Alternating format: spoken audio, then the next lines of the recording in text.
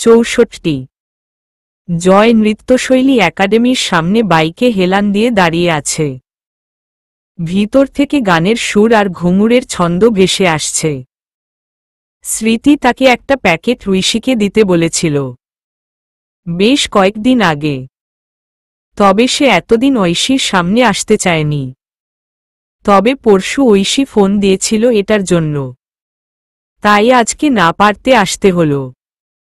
কিন্তু সে ঐশীর সম্মুখীন হতে চাইছে না। এই মেয়েটার সামনে গেলেই তার নিজের মন নিজের সাথেই বেইমানি শুরু করে দেয়। মেয়েটার কথা মনে হলেই এখন তার কান্না পায়।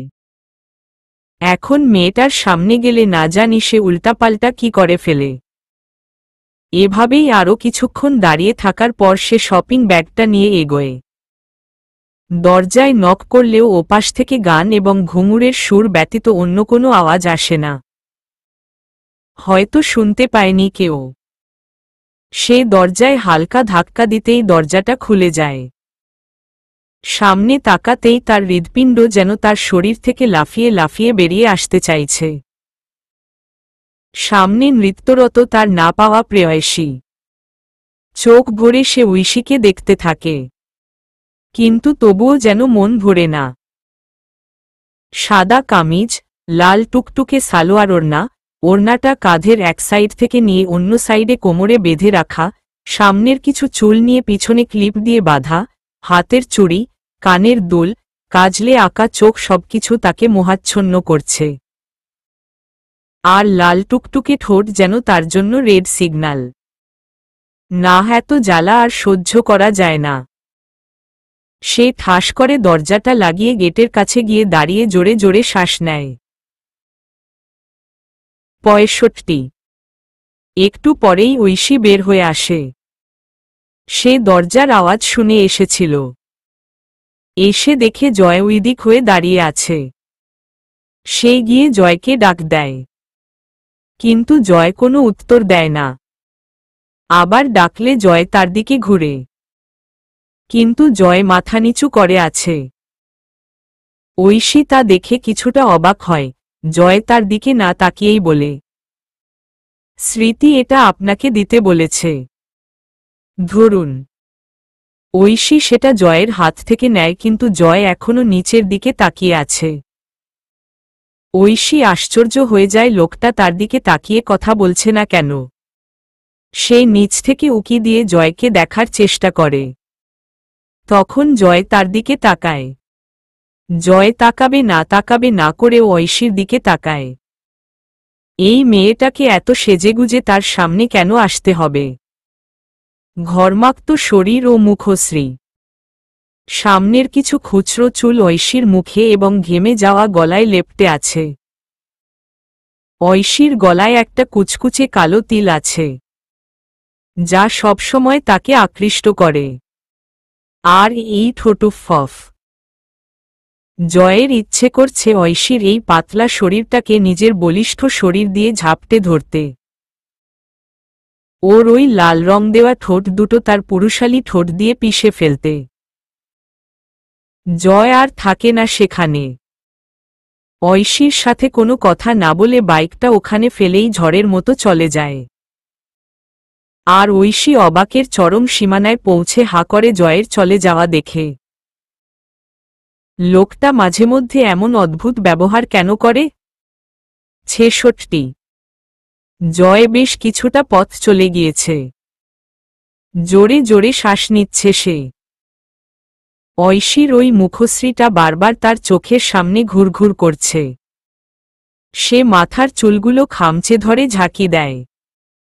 একটা মেয়েকে নিয়ে সে এমন চিন্তা কিভাবে করতে পারে? ছি! পুতুলকে নিয়েও সে কখনো এসব চিন্তা করেনি। ঐশী যদি তার মনের কথা কখনো জানতে পেরে যায় তাহলে আর জয়ের মুখ দেখানোর উপায় থাকবে না। ছি! ইয়া আল্লাহ, মাফ করো। ইয়া মাবুদ, মাফ করো আমায়। না, ঐশীর মুখটা তার চোখের সামনে থেকে কোনোভাবেই যাচ্ছে না। সে বিড়বিড় করে বলে, stop this, stop this Oishi, get out. Please get out, I said get out. পিছনে বাইকের হর্নের আওয়াজে জয় চমকে ওঠে। সে একদম রাস্তার মাঝখানে দাঁড়িয়েছিল। একটু পর দলে দলে কিছু বাচ্চা বেরিয়ে আসে। জয় সেদিকে অত খেয়াল করে না। খেয়াল করলে বুঝতে পারত এরা ঐশীর ডান্স ক্লাসেরই বাচ্চা। বেশ সময় নিয়ে স্বাভাবিক হয় জয়। এরপর খেয়াল আসে সে বাইক ফেলেই চলে এসেছে। সে নিজেই নিজের কপাল চাপড়ায়। 67 দুরু দুরু বুকে সে আবার ফিরে আসে। গেটের কাছে এসে একটু উকি দেয়। না, ঐশী নেই। এরপর সে তাড়াতাড়ি পকেট থেকে বাইকের চাবি বের করতে নেয়। এর মধ্যেই শুনতে পায়, আপনি ওমন দৌড়ে চলে গেলেন কেন? আর মাঝে মধ্যে এমন অদ্ভুত ব্যবহারই বা কেন করেন? বলে না, যেখানে বাঘের ভয় সেখানে সন্ধ্যা হয়। জয়ের দশাও তেমন। ঐশী জয়ের এই অদ্ভুত ব্যবহারের কারণ জানার জন্যই আড়ালে দাঁড়িয়েছিল। বাচ্চাদেরও সে ছুটি দিয়ে দিয়েছে। জয় এখনো ওদিকে ঘুরে আছে। ঐশী আবার জয়ের উদ্দেশ্য বলে, কি হলো, কথা বলছেন না কেন? এদিকে ঘুরুন। জয় একটু সময় নিয়ে ঐশীর দিকে ঘুরে, কিন্তু এবারও মাথা নিচু করে রাখে। ঐশীর এবার বিরক্ত লাগে। সে সেই বিরক্তি নিয়েই বলে, আমি কি আপনার শ্বশুরবাড়ির লোক যে আমাকে দেখে মেয়েদের মতো লজ্জায় মাথা নিচু করে রাখেন? জয় মনে মনে জবাব দেয়, তুমি আমার শ্বশুরবাড়ির বউ লাগো। কথাটা অপ্রকাশিতই রয়ে যায়। কিন্তু জয় মাথা উঁচু করে না। 68 আজকে মারুফের বাসা থেকে লোক আসবে ঐশীকে দেখতে। এই প্রথমবার সে এমন অফিসিয়ালভাবে কোনো পাত্রপক্ষের সামনে যাচ্ছে। এর আগেও অনেক বিয়ের প্রস্তাব এসেছে, তবে কোনোটা এভাবে দেখাদেখি পর্যায়ে যায়নি। আর জয়ের মা যখন দেখতে এসেছিল তখন তিনি একেবারে সাদামাটাভাবেই ঐশীকে দেখে গেছে। মনেই হয় নিজে পাত্রপক্ষের কেউ তাকে দেখতে এসেছিল। ক্যাজুয়ালভাবে বেড়াতে এসছে তারা, এটাই ভেবেছিল ঐশী। এই বিষয়ে সে পরে জানতে পেরেছিল। এরপর তো সোজা জয়ের সাথে রেস্টুরেন্টে মিটিং। এটাই প্রথম তামঝাম করে পাত্রপক্ষের সামনে যাওয়া। ওরা কি আদিকালের মতো হাত, পা, দাঁত, চুল, নখ এসব দেখতে চাইবে? হেঁটে দেখাতে বলবে? এসব শুনলেই তো তার মেজাজ বিগড়ে যাবে। আবার এমন নাও করতে পারে, শুনেছে স্যারের পরিবারের সবাই শিক্ষিত, অনেকে অনেক ভালো ভালো জায়গায় কর্মরত। উনার নিজের বোনেরাই নাকি একজন ব্যাংকের কর্মকর্তা আর একজন শিক্ষক। সেই হিসেবে এমন একটা পরিবার থেকে সে ন্যূনতম ভদ্র আচরণ চাইতেন পারে। ঐশীকে তার মা খালারা মিলে বেশ জোর জবরদস্তি করে একটা শাড়ি পরিয়েছে। একটা কালো রঙের শাড়ি পরেছে ঐশী।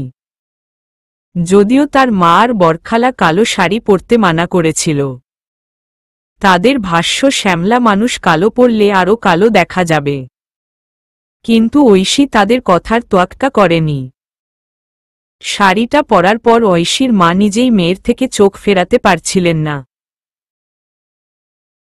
কিন্তু তিনি তা প্রকাশ করেন না। কালো শাড়ি, 2 হাত ভর্তি কালো চুড়ি, আর ঠোঁটে হালকা লিপগ্লোস, এইটুকুতেই ঐশীকে অপার্থিব লাগছিল। এদিকে মারুফ মেসেজ দিয়েছিল সে নাকি আজকে আসতে পারবে না। সে কালকে দুপুরের পরে ময়মনসিংহের বাইরে একটা কাজে গেছে। তবে সে তাড়াতাড়ি আসার চেষ্টা করবে। 69 ঐশীর বাবার এক বন্ধুকে দিয়ে মারুফ ঐশীর বাসায় প্রস্তাব পাঠায়। আসলে মারুফ চাইছিল বিষয়টাকে যেন অ্যারেঞ্জ ম্যারেজ হিসেবেই সবাই জানে। ঐশীরা ভেবেছিল হয়তো কয়েকজন মানুষ আসবে। কিন্তু মারুফের পরিবার থেকে আসা লোক দেখে তারা অবাক। প্রায় 15-16 জনের বেশি মানুষ নিয়ে এসেছে তারা। একদম আন্ডা বাচ্চা সব নিয়ে। মারুফের মা, মারুফের 2 বোন, তাদের হাজবেন্ড, তার ছোট ভাই, তার 2 মামা মামি, তার 2 খালা, ফুফু আর বাচ্চাদের কথা বাদই দিল। অথচ যখন তাদেরকে জিজ্ঞেস করা হয়েছিল তাদের পক্ষ থেকে কয়জন আসবে তখন তারা বলেছিল কয়েকজন আসবে। কয়েকজনের কথা বলে পুরো 14 গোষ্ঠী নিয়ে আসাটা কেবলই অপরপক্ষকে অপমান এবং বিব্রত করার উদ্দেশ্যই। এই বিষয়টা দেখেই ঐশীর মনে এক বিতৃষ্ণার সৃষ্টি হয়। কিন্তু ঐশীর জানা ছিল না আরও অনেক কিছু তার জন্য অপেক্ষা করছে। মারুফের পরিবার আসার বেশ কিছুক্ষণ পর ঐশীকে তাদের সামনে নিয়ে যাওয়া হয়। তারা এতক্ষণ গল্প করছিল। ঐশীর পরিবার তাদের সবটা দিয়ে মারুফের পরিবারকে আপ্যায়ন করার চেষ্টায় মত্ত। ঐশীকে তাদের সামনে নিয়ে যাওয়ার পর সবার দৃষ্টি তার উপরেই নিবদ্ধ হয়। সে গিয়ে হাসিমুখে সবাইকে সালাম দেয়। মারুফের এক মামা ব্যতীত অন্য কেউ সেই সালামের জবাব নিয়েছে বলে তার মনে হয়নি। এরপর তাকে বসতে বলা হয়। এরপর তারা একে একে তাদের পরিচয় দেওয়া শুরু করে। এরপর এক মহিলা যিনি সম্পর্কে মারুফের বোন, সে ঐশীকে জিজ্ঞেস করে, তা তোমার নামটা যেন কি? জি, আমার নাম তারান্নুম ঐশী। কিসে পড়ো? কোথায় পড়ো? আনন্দমোহন কলেজে ইংলিশে অনার্স করছি। এবার 3rd ইয়ারে উঠলাম। আরও কিছুক্ষণ এক একজন এক এক রকমের প্রশ্ন করতে থাকে। আর ঐশী সবার প্রশ্নের জবাবই হাসিমুখে দিতে থাকে। এক পর্যায়ে এক মহিলা বলে, আমরার মারুফ ঢাকা বিশ্ববিদ্যালয়ে পড়ছে, তার উপরে আবার অফিসার। হের লাইগা এমন মাইয়া তোমরা কেমনে চিন্তা করো গো মারুফের মা? কথাটা বলতেই ঘরে যেন বাজ পড়ল। ঐশীর মা বাবা ঐশীর দিকে তাকায়। ঐশীর শরীর কেমন ঝিমঝিম করছে। তবুও সে চুপচাপ নিচের দিকে তাকিয়ে থাকে। এরপর একজন বলে, মায়ার শৈল্লার রঙও ময়লা, চুলও লম্বা না। আমরার মারুফের শরীর একবারে ফকফকা। এমন করে একের পর এক খুঁত বের করতে থাকে তারা। রাগে ঐশীর চোয়াল শক্ত হয়ে গেছে। সে রাগে রীতিমতো কাঁপছে। তার মেজ খালা তার কাঁধে এক হাত দিয়ে ধরে রেখেছে, যেন সে কিছু না বলে। তবে ঐশী এই জন্যই যে চুপ তা না, সে দেখতে চায় এরা আরও কি কি বলতে পারে। এক পর্যায়ে মারুফের মামারা তাদের চুপ করতে বলে। আর মারুফের বড় মামা ঐশীর বাবার উদ্দেশ্য বলে, ভাই কিছু মনে নিবেন না। মহিলা মানুষের বুদ্ধি হাঁটুর নিচে, আপনি তো বুঝেনি। আপনার মেয়ে যথেষ্ট ভালো, আমাদের মনে ধরেছে। তার থেকেও বড় কথা, পাত্র নিজে আপনার মেয়েকে পছন্দ করে আমাদেরকে পাঠিয়েছে। কিন্তু বুঝেনি তো, সমাজে আমাদের একটা স্ট্যাটাস আছে। আমার ভাগ্নের একটা স্ট্যাটাস আছে। আর আমার ভাগ্নে আল্লাহ দিল মাশাল্লাহ আপনাদের মেয়ে থেকে অনেক বেশিই যোগ্য। তারপরও ভাগ্নের ইচ্ছা, এখন কি আর করার বলেন। এখন সম্মানের দিকটাও তো আপনার ভাবতে হবে। যেমনই হোক একটা মাত্র মেয়ে আপনার, তার উপর এমন সুযোগ্য পাত্র, বলেই হাহা করে হেসে ওঠেন তিনি। পেশায় একজন ব্যাংক কর্মকর্তা, অথচ তার চিন্তাভাবনা, যাকে বলে সুন্দর করে ভদ্র ভাষায় পাত্রী এবং পাত্রীপক্ষকে ছোট করা। ঐশীর বাবা মা মাথা নিচু করে আছেন। এরপর মারুফের মা ঐশীর বাবার উদ্দেশ্য বলে, দেখেন ভাইসাব, আমার ছেলে বড় অফিসার। তার জন্য কত মেয়ে আর মেয়ের বাবার যে লাইন লেগে আছে বলার মতো না। এতদিন কত মেয়ের সম্বন্ধ যে আসলো তারে দেখাইলাম, একটাও তার মনে ধরে না। ওই দিন আয়শা বলে এক মেয়েরে দেইখা নাকি তার পছন্দ হইছে। আপনার মেয়ের কথা কইল আর কি। আমাদের পরিবারের সবাই হাইফাই মানুষ। এই যে আমার 2 মেয়ে, এই যে 2 জামাই, আমার ভাই, আমার ননদ সবাই কিন্তু হাইফাই। আমার মেয়ে জামাই একজনের বিরাট বড় ব্যবসা, আরেকজন বিরাট বড় চাকুরে। আমার মেয়েরারেও তো দেখতেছেন মাশাল্লাহ কোনো অংশে কম নাই। তারপরও আমি আমার জামাইরারে সম্মানই দিতে কোনো কিছুতে বাদ রাখি নাই। আর আপনার মেয়ে দেখতেও আহামরি না, পড়াশোনাতেও আহামরি না। নেহাত ছেলের কথা ফেলতে পারি নাই, তাই আশা। যাই হোক, অত কিছুতে না যাই। আমি আবার সাফ কথা কইতে পছন্দ করি। মুখে একার মনে আরেক এমন মানুষ আমি না। ভাই, সম্মানী কি কি দিবেন? আপা, ঐশীর বাবা কিছু বলবে তার আগেই ঐশী তার বাবার হাত ধরে তাকে চুপ করিয়ে দেয়। তিনি ঐশীর পাশেই বসেছিলেন। ঐশী এতক্ষণ মাথা নিচু করে চুপচাপ সবার কথা শুনেছে। এবার একটা শ্বাস ফেলে হাসি মুখে মারুফের মায়ের দিকে তাকিয়ে বলে, খুব সুন্দর কথা বলছেন আন্টি। আমিও মনে এক রেখে মুখে আরেক কথা বলতে পারি না। আমিও সাফ সাফ কথা বলতে পছন্দ করি। কিন্তু আমি বুঝলাম না, কিসের সম্মানীর কথা বলছেন আপনারা? কাকে সম্মানী দিব? পাত্রী দেখতে এসে এত কথার বিপরীতে পাত্রীকে এমন হাসিমুখে আর সাবলীলভাবে পাল্টা প্রশ্ন করতে দেখে বাকিরা একটু না বেশ অনেকটাই অবাক হয়। মারুফের মা এদিক ওদিক তাকিয়ে আমতা আমতা করতে বলে, ওমা, সম্মানী বুঝো না? সম্মানী মানে আমার ছেলেরে কি দিবা আর কি? ওইটারেই সম্মানী কয়। কিন্তু আপনার ছেলেকে আমরা সম্মানী দিতে যাব কেন? ওমা, আমার ছেলে তোমারে বিয়া করব, তার সম্মানী তারে দেওয়া লাগবো না? আপনার ছেলে আমাকে বিয়ে করলে তাকে সম্মানী দিতে হবে কেন? কারণ আমার ছেলে মস্ত বড় অফিসার। আর এইটা খালি তোমরা একা না, সবাইরেই দিতে হয়। সবাই দেয়। আমরা খালি আগেভাগে একটু আলাপ আলোচনা করে নিতাছি। আর এইগুলা তো বিয়া হইলে তোমারই থাকব। তুমিই তো ব্যবহার করবা। আমরা তো আর ওইগুলা ধরতে যামু না। তোমার ভালার জন্যই তো বলতাছি। আন্টি, আপনার বিয়ের সময় আপনার বাপের বাড়ি থেকে আঙ্কেলকে আপনারা কি কি সম্মানী দিয়েছিলেন? এ পর্যায়ে তিনি আবারও গর্বের সাথে বলে, তোমার আঙ্কেল একটা সুতাও নেয় নাই। খুব ভালো আর বড় মনের মানুষ ছিলেন তিনি। তা তার ছেলে এবং তার বউ হয়ে আপনারা এত ছোটলোক হলেন কি করে? আপনি তো আমার থেকেও অনেক বেশি ময়লা রঙের। আগেও এর থেকে নিশ্চয় খুব একটা পরিষ্কার ছিলেন না। আর আগেকার যুগে তো মেয়েদের অত বেশি শিক্ষাও ছিল না। তাহলে আঙ্কেল আপনার মতো একজনকে একটা সুতাও না নিয়ে কিভাবে বিয়ে করল? আর আপনারাই বা তাকে আপনার মতে একজনকে বিয়ে করার জন্য সম্মানী না দিয়ে থাকতে পারলেনই বা কিভাবে? মামা, কিভাবে পারলেন? সবার মুখ হা হয়ে গেল। ঐশীর মা বাবা মেয়েকে থামতে বলছে, কিন্তু ঐশী তা তোয়াক্কা না করে বলতে থাকে, আপনার ছেলে মস্তবর অফিসার হতে পারে, তবে সেটা তার কাজের জায়গায়।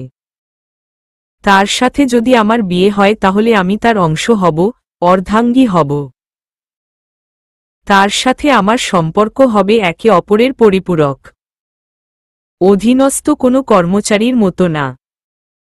সবাই কি দিল না দিল তা আমার দেখার বিষয় না। আর আমার জন্য, আমার ভালোর জন্য হলে সেটা যখন আমার মনে হবে যে আমার এই জিনিসটা লাগবে তখন দেখা যাবে। সেটা আমার উপর নির্ভর করে।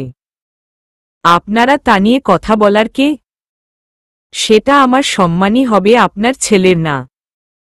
আর আপনার ছেলে একাই তো কেবল আমাকে বিয়ে করবে না, আমাকেও তো করতে হবে। সম্মানই তো আপনাদের পক্ষ থেকে আমারও পাওয়া উচিত। আর তাছাড়া আমরা সম্মানই দিবি বা কেন? আমার বাবা মা আমাকে আপনাদের কাছে দিচ্ছে, আমি যাব আপনাদের বাড়ি সো কোল্ড সংসার করতে। তা এখান থেকে সবকিছু আপনাদের বাড়িতে নিয়ে গিয়েই যদি আমার সংসার করতে হয়, তাহলে এখানে আপনার ছেলে মস্তবর অফিসার এটা কোনো কাজে আসছে? আর আমি বা আমার বাপের বাড়ি থেকে জিনিস নিয়ে আপনাদের বাড়িতে গিয়ে সংসার করতে যাব কেন?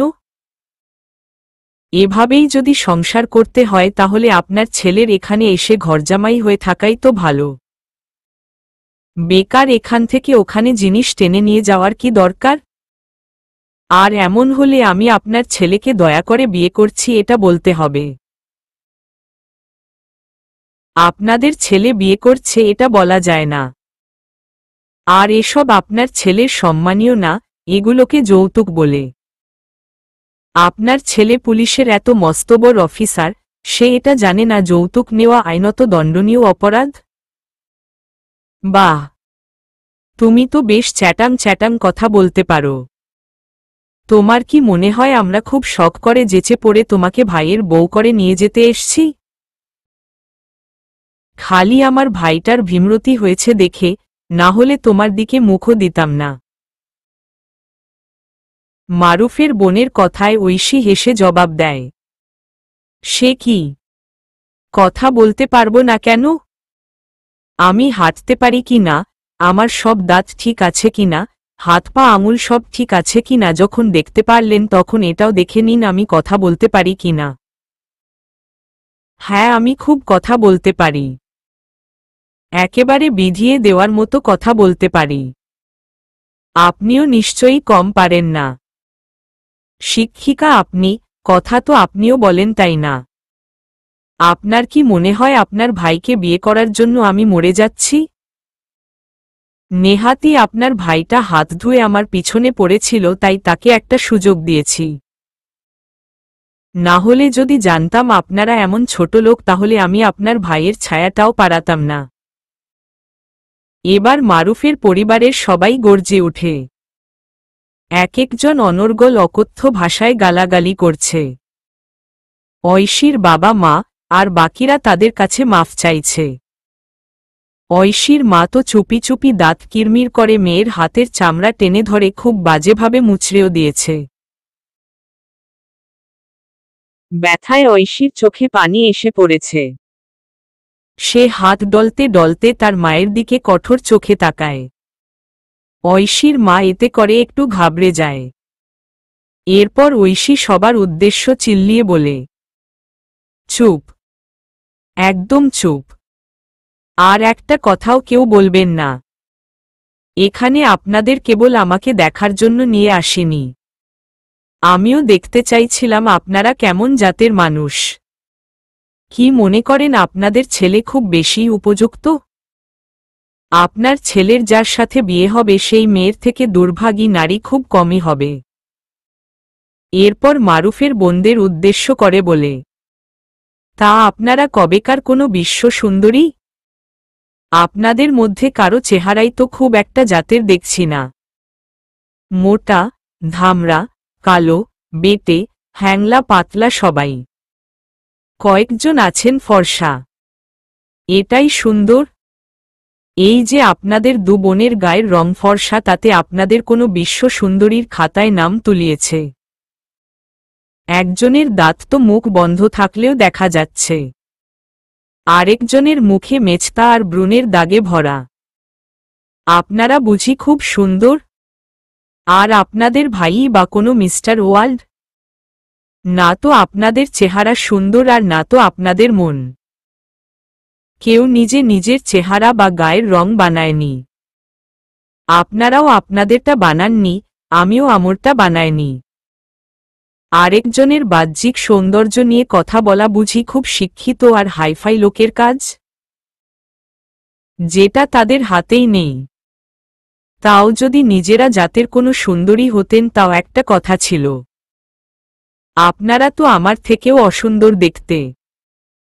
তাহলে আমার সৌন্দর্য নিয়ে কথা বলার সাহস পান কি করে? এটাই বুঝি আপনাদের শিক্ষার নমুনা? এরপর মারুফের মামাদের উদ্দেশ্য বলে, খুব তো স্ট্যাটাস আপনাদের। তা অন্যদের কাছ থেকে এভাবে ভিক্ষা করে করেই বুঝি স্ট্যাটাসে উঠেছেন। অন্যদের কাছ থেকে ভিক্ষা করা আপনাদের মতো ভিখারির কাছে স্ট্যাটাস মনে হলেও আমাদের কাছে তা কোনো স্ট্যাটাসের মধ্যে পড়ে না। এই বুঝি আপনারা খুব হাইফাই কর্মকর্তা। এভাবে বলেই তাচ্ছিল্য হাসে ঐশী। এরপর বাকি মহিলাদের দিকে তাকিয়ে বলে, আপনাদের ছেলে এত যোগ্যতাসম্পন্ন তো আমার পিছনে পড়ে আছে কেন? তার তো। আরে আমার ছেলের মাথাটা তুই খারাপ করেছিস বলে। কালো জাদু করেছিস তুই আমার ছেলের উপরে। না হলে যেই ছেলে আজ পর্যন্ত কখনো আমার মুখের উপর কথা বলেনি সেই ছেলে কি না নিজের বিয়ের কথা নিজে বলে। ঐশীর কথা শেষ না করতে দিয়েই মারুফের মা কথাগুলো ঐশীকে বলে। ঐশী এবার জোরে হেসে দেয় আর বলে, কেন আপনার ছেলে কি এখনো ফিডার খায়? তার কোনো বোধবুদ্ধি নেই নাকি সবাইকে আপনাদের মতো শয়তানের উপাসক মনে করেন? আপনারা এসব কালো জাদু টাদু করে অভ্যস্ত থাকতে পারেন, তবে আমরা না। এসব করার আমাদের দরকার পড়ে না। আপনারা কি আমাকে রিজেক্ট করবেন? আপনাদের এবং আপনার ছেলেকে আমি রিজেক্ট করছি। বেরিয়ে যান এ বাসা থেকে, এক্ষুনি বেরিয়ে যান। আরে তোর মতো বাজারি মেয়ে। মারুফের মা আর কিছু বলবে তার আগেই পিছন থেকে কেউ ভারী গমগমে আওয়াজে মা বলে ডেকে ওঠে। সবাই আওয়াজ অনুসরণ করে তাকিয়ে দেখে মারুফ দাঁড়িয়ে আছে দরজায়। ৭১। মারুফ রাগে রীতিমতো ফোঁস করছে।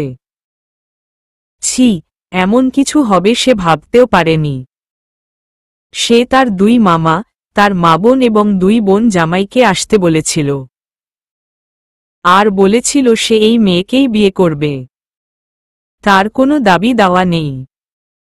তারাও যেন এসব নিয়ে একটা কথাও না বলে। কেবল এই মেয়েকে পেলেই সে খুশি। তার আর কিছু চাওয়ার নেই। তারা যেন ওখানে গিয়ে তার পৌঁছার আগেই আনুষ্ঠানিক কথাবার্তা শেষ করে নেয়। সে গিয়ে আংটি পরিয়ে আসবে।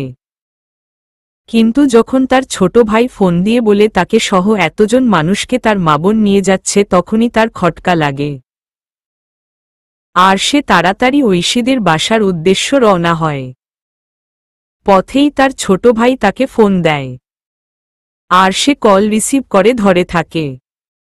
এখানে হওয়া সব কথাই সে শুনে নেয়। মারুফ শুরু থেকে সবই শুনেছে। সে এসে দাঁড়িয়ে চুপচাপ ঐশীর কথা শুনছিল। মেয়েটার মুখ রাগে লাল হয়ে গিয়েছে। আর তার মায়ের শেষের এতটুকু কথা শুনেই সে বুঝতে পারে তার মা কি বলতে চাইছে, যা তার সহ্যের বাইরে। মারুফকে দেখে মারুফের পরিবারের সবাই হতচকিত হয়ে যায়। তারা জানে মারুফ এসব শুনলে তাদের আর রক্ষে নেই। মারুফ বারবার বলে দিয়েছে তারা যেন কোনো রকমের বিশৃঙ্খলা সৃষ্টি না করে। মারুফের মা মারুফকে দেখে মুখে আঁচল চেপে ন্যাকা কান্না শুরু করে দেয় আর বলে, বাবা রে দেখ এরা কিভাবে আমাদের অপমান করছে দেখ একবার। মারুফ ভিতরে এসে সবার দিকে তাকিয়ে বলে, হ্যাঁ মা দেখছি, সব দেখছি, কে কি বলেছে আর কে কি করছে সবই দেখছি। শুরু থেকে সবই আমি শুনেছি মা। মারুফের মা সহ বাকিরা এবার ভয় পেয়ে যায়। মারুফ ঐশীর দিকে তাকিয়ে দেখে ঐশী মারুফের দিকে একরাশ ঘৃণা নিয়ে তাকিয়ে আছে। তার বুকটা মোচড় দিয়ে ওঠে। ভালোবাসার মানুষের চোখে ঘৃণা কখনোই সহ্য করা যায় না। মেয়েটা যে তাকে ভুল বুঝছে। ঐশী প্লিজ আমাকে ভুল বুঝো না। আমি এসবের কিছুই জানতাম না। আমি আমার পরিবারের হয়ে তোমার কাছে ক্ষমা চাইছি। Uncle uncle. ঐশীর বাবার কাছে গিয়ে তার হাত ধরে বলে, আঙ্কেল প্লিজ আপনি ওকে একটু বোঝান। আমি এসবের কিছু জানতাম না। তাও আমি দুঃখিত। এমন কিছু হবে আমি স্বপ্নেও ভাবিনি। ঐশীর সাথে আমি একটু আলাদা কথা বলতে চাই। আমার কথাগুলো আপনারা একটু শুনুন। ঐশীর বাবা কিছু বলবে তার আগেই ঐশী বলে, আর কিছু শোনার বা জানার দরকার নেই স্যার। আপনারা চলে যান। আপনার এবং আমার মধ্যে কখনো কিছু হতে পারে না। Just leave. ঐশী রাগে কাঁপতে কাঁপতে কথাগুলো বলে। মারুফ ঐশীর সামনে গিয়ে হাতজোড় করে বলে, ঐশী প্লিজ জাস্ট একটা বার আমার কথাটা শুনো। আমি নো, প্লিজ আপনি আপনার পরিবারকে নিয়ে চলে যান। বলেই ঐশী হনহন করে তার রুমে চলে যায়। মারুফ এবার ঐশীর মা বাবার কাছে আকুতি করতে থাকে। এসব দেখে মারুফের পরিবার রীতিমতো শক। মারুফ একটা মেয়ের জন্য এমন করছে।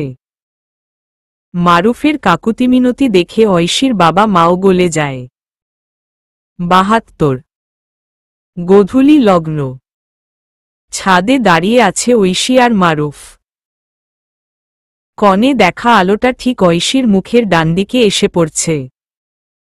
কালো শাড়ি, কালো চুড়ি, হালকা লিপস্টিক, হালকা জুয়েলারি, সামনের থেকে চুল নিয়ে পিছনের দিকে বেঁধে ছেড়ে রাখা।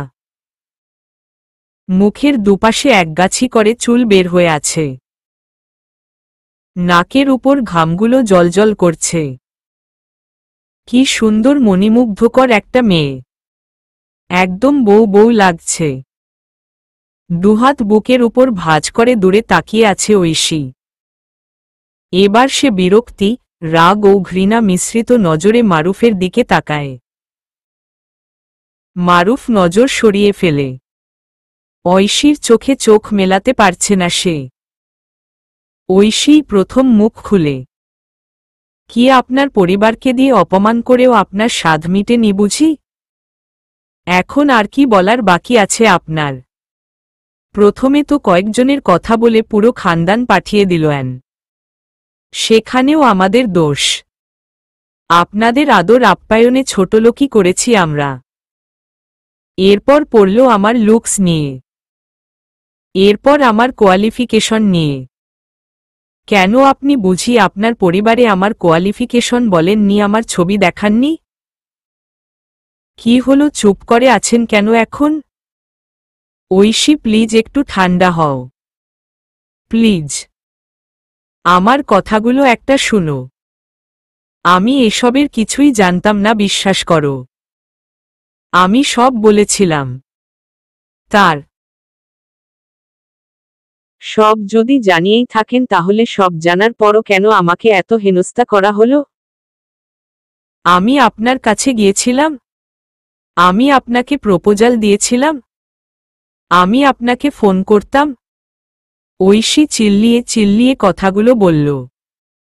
ঐশী প্লিজ রিল্যাক্স, আশেপাশের মানুষজন শুনবে। প্লিজ একটু শান্ত হও, একটু আমাকে এবার বলতে দেও। ঐশী চুপ থাকলেও ফোঁস করতে থাকে। মারুফ একটা দীর্ঘশ্বাস ফেলে বলে, ঐশী আজকে যা যা হলো আমি এসবের কিচ্ছু জানতাম না, কিচ্ছু না। ইনফেক্ট এমন কিছু ওরা করবে এসব আমার ধারণার বাইরে। আমি কয়েকজনকে আসতে বলেছিলাম, এও বলেছিলাম আমার কোনো দাবি দাওয়া নেই, আমি তোমাকে পেলেই খুশি। কিন্তু ওরা এমন বিশৃঙ্খলা করবে আমি বুঝতে পারিনি। এসব আমার অগোচরে ছিল। ঐশী, আমার জীবনটা মোটেও সহজ নয়। বাবা মারা যাওয়ার পর আমি সংসারটাকে টেনেছি। এই যে এখন মামা ফুফুরা এত গদগদ ভাব করে সবকিছুতে, তেমনটা ছিল না। ওই বিপদের সময় এদের কাউকেই আমি পাশে পাইনি। অথচ এখন যখন আমার সব আছে তখন এরা আমি না চাইলেও সবকিছুতে রীতিমতো বেগড়া দিতে হাজির হয়। সারা জীবন আমি আমার মা ভাইবোনদের জন্য করেই গেলাম, কিন্তু বিনিময়ে আমি কিচ্ছু পাইনি। আজ অবধি না, একটু ভালোবাসাও পাইনি। আমি ওদের জন্য কেবল টাকার মেশিন। ঐশী, আমি জানি আজ যা হলো তা কোনো মেয়ের পক্ষে ভুলে যাওয়া সম্ভব না, কিন্তু আমি কথা দিচ্ছি এটাই প্রথম এবং শেষবার। আমি তোমাকে কখনো কষ্ট পেতে দেব না। আমি তোমাকে নিয়ে আলাদা বাসায় উঠব, তাহলে আর ওরা তোমাকে কিছু বলতে পারবে না। আমি ওদের থেকেও দূরত্ব বজায় রাখব ঐশী। তুমি প্লিজ আমাকে ফিরিয়ে দিও না, আমি মরে যাব ঐশী। আমি ভালোবাসার কাঙাল। তুমি আমাকে একটু ভালোবাসা দিও, আমি আমার সবটা তোমাকে উজাড় করে দিব। প্লিজ। ঐশী শান্ত হয়ে রয়েছে। উল্টো দিকে ঘুরে কিছুটা দূরে গিয়ে দাঁড়ায় সে। লোকটার জন্য সত্যি তার খুব খারাপ লাগে। ঐশী জানে পরিবারের অবহেলা কি জিনিস। আর যেখানে লোকটা সারা জীবন পরিবারের জন্য সবকিছু করেও দিনশেষে কিছুই পায়নি, তার কেমন লাগবে তা ঐশী একটু হলেও বুঝতে পারছে। কিন্তু আবেগ দিয়ে জীবন চলবে না। এ হয় না স্যার। সত্যি বলতে কি, আমি বিয়ে করতে চাই না। কেবল আপনাকেই না, কাউকেই আমি বিয়ে করতে ইচ্ছুক নই। তবে আমি এটাও জানি বিয়ে আজ হোক কিংবা কাল আমাকে একদিন না একদিন করতেই হবে। তাই একটা সুযোগ নিয়েছিলাম। ভাবলাম দেখা করেই দেখি না একবার। তবে মজার বিষয় কি জানেন, আমার মনে হয়েছিল এমন কিছু একটাই হবে। আপনি বিশ্বাস নাই করতে পারেন, কিন্তু আপনি যেদিন বললেন আপনার বাবা মারা যাওয়ার পর সংসারের সব দায় আপনার ঘাড়ে, আর আপনি এতদিন তা নিঃস্বার্থভাবে বয়ে গেছেন, আর আপনি এখনো বিয়ে করেননি, সেদিনই আমি জানতাম এমন কিছু একটাই হবে। এর প্রভাব পড়বে আপনার পরিবারে। আর আমার যেহেতু অন্য কোনো পছন্দ নেই, তাই আমিও সব দিক ভেবে একটু বাজিয়ে দেখতে চাইছিলাম। তাই আপনাকে আসতে বলা। তবে এতটা হেনস্থা হতে হবে বুঝতে পারিনি। স্যার, আমিও পরিবার থেকে ঠুকর খাওয়া মানুষ। আমি জানি শত অন্যায় করার পরও কোথাও না কোথাও একটা বাধা থেকে যায়, টান থেকে যায়, যার কারণে চাইলেও এদের ছাড়া যায় না। আর আপনি বলছেন আমার জন্য পরিবার ছেড়ে দিবেন। আপনি গ্যারান্টি দিয়ে বলতে পারবেন আপনার কখনো আফসোস হবে না? তবে আমি বলতে পারব, কোনো একদিন ঠিক আপনার আফসোস হবে। আর তখন আপনি আমাকে ব্লেম করবেন। আর এটা ছাড়াও আপনার পরিবারের সবার কাছে আমি সারা জীবন খারাপ হয়ে থাকব। আর আমি চাই না কোনো মায়ের কাছ থেকে তার ছেলেকে কেড়ে নিতে। আল্লাহ ভালো জানে কখন কার হায় লেগে যায়। আর আমারও একটা ভালো সুন্দর সুখী পরিবারের শখ, তা আপনি আমাকে কখনো দিতে পারবেন না। সন্তান হিসেবে আপনি আপনার দায়ও ফেলতে পারবেন না। তাই প্লিজ আমাকে মাফ করবেন, আমি আপনার প্রস্তাবে রাজি হতে পারব না। ঐশী, প্লিজ একটাবার ভেবে দেখো। আমি ভেবেই বলছি স্যার। আমি এমনেতেই এতটা বছর পরিবার নিয়ে এক জ্বালা ভোগ করছি, এখন এটা ছেড়ে আরেক জ্বালায় যাব, এতটা বোকাও আমি না। জেনে বুঝে আগুনে ঝাঁপ দিতে আমি পারব না। আমি তোমাকে ভালোবাসি ঐশী, খুব বেশি ভালোবাসি। হয়তো। তবে কি জানেন, কেবল ভালোবাসা দিয়ে জীবন আর সংসার চলে না। সম্মান লাগে, শান্তি লাগে, অর্থও লাগে।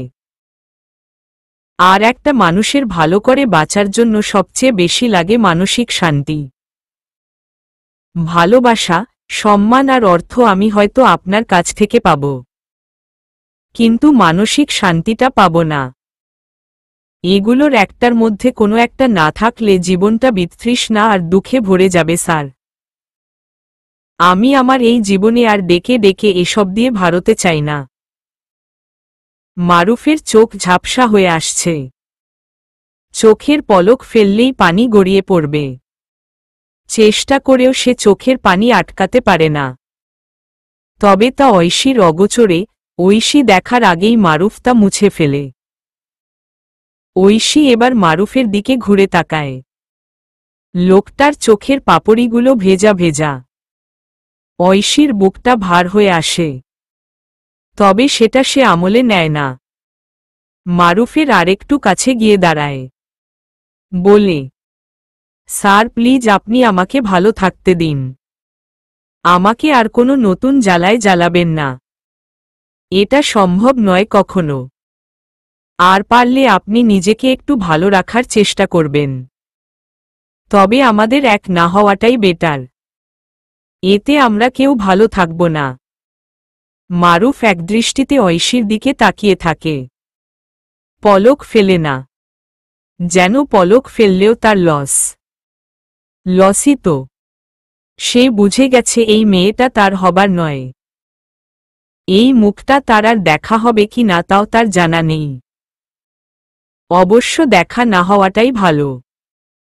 সে নিজের তৃষ্ণা মিটাচ্ছে। গলায় একরাশ মায়া আর আকুতি ঢেলে ঐশীকে বলে, ঐশী, আমি আপনাকে একটু জড়িয়ে ধরি প্লিজ। জানি এটা অন্যায় আবদার, তবে এখন এই মুহূর্তে আমার ন্যায় অন্যায় চিন্তা করতে ইচ্ছে করছে না। প্লিজ। মারুফের এমন আবদারে ঐশী বাক্রুদ্ধ। সে মারুফের দিকে তাকায়। লোকটার চোখে পানি টলমল করছে। সে কোনো মতে বলে, স্যার, এটা ঠিক না।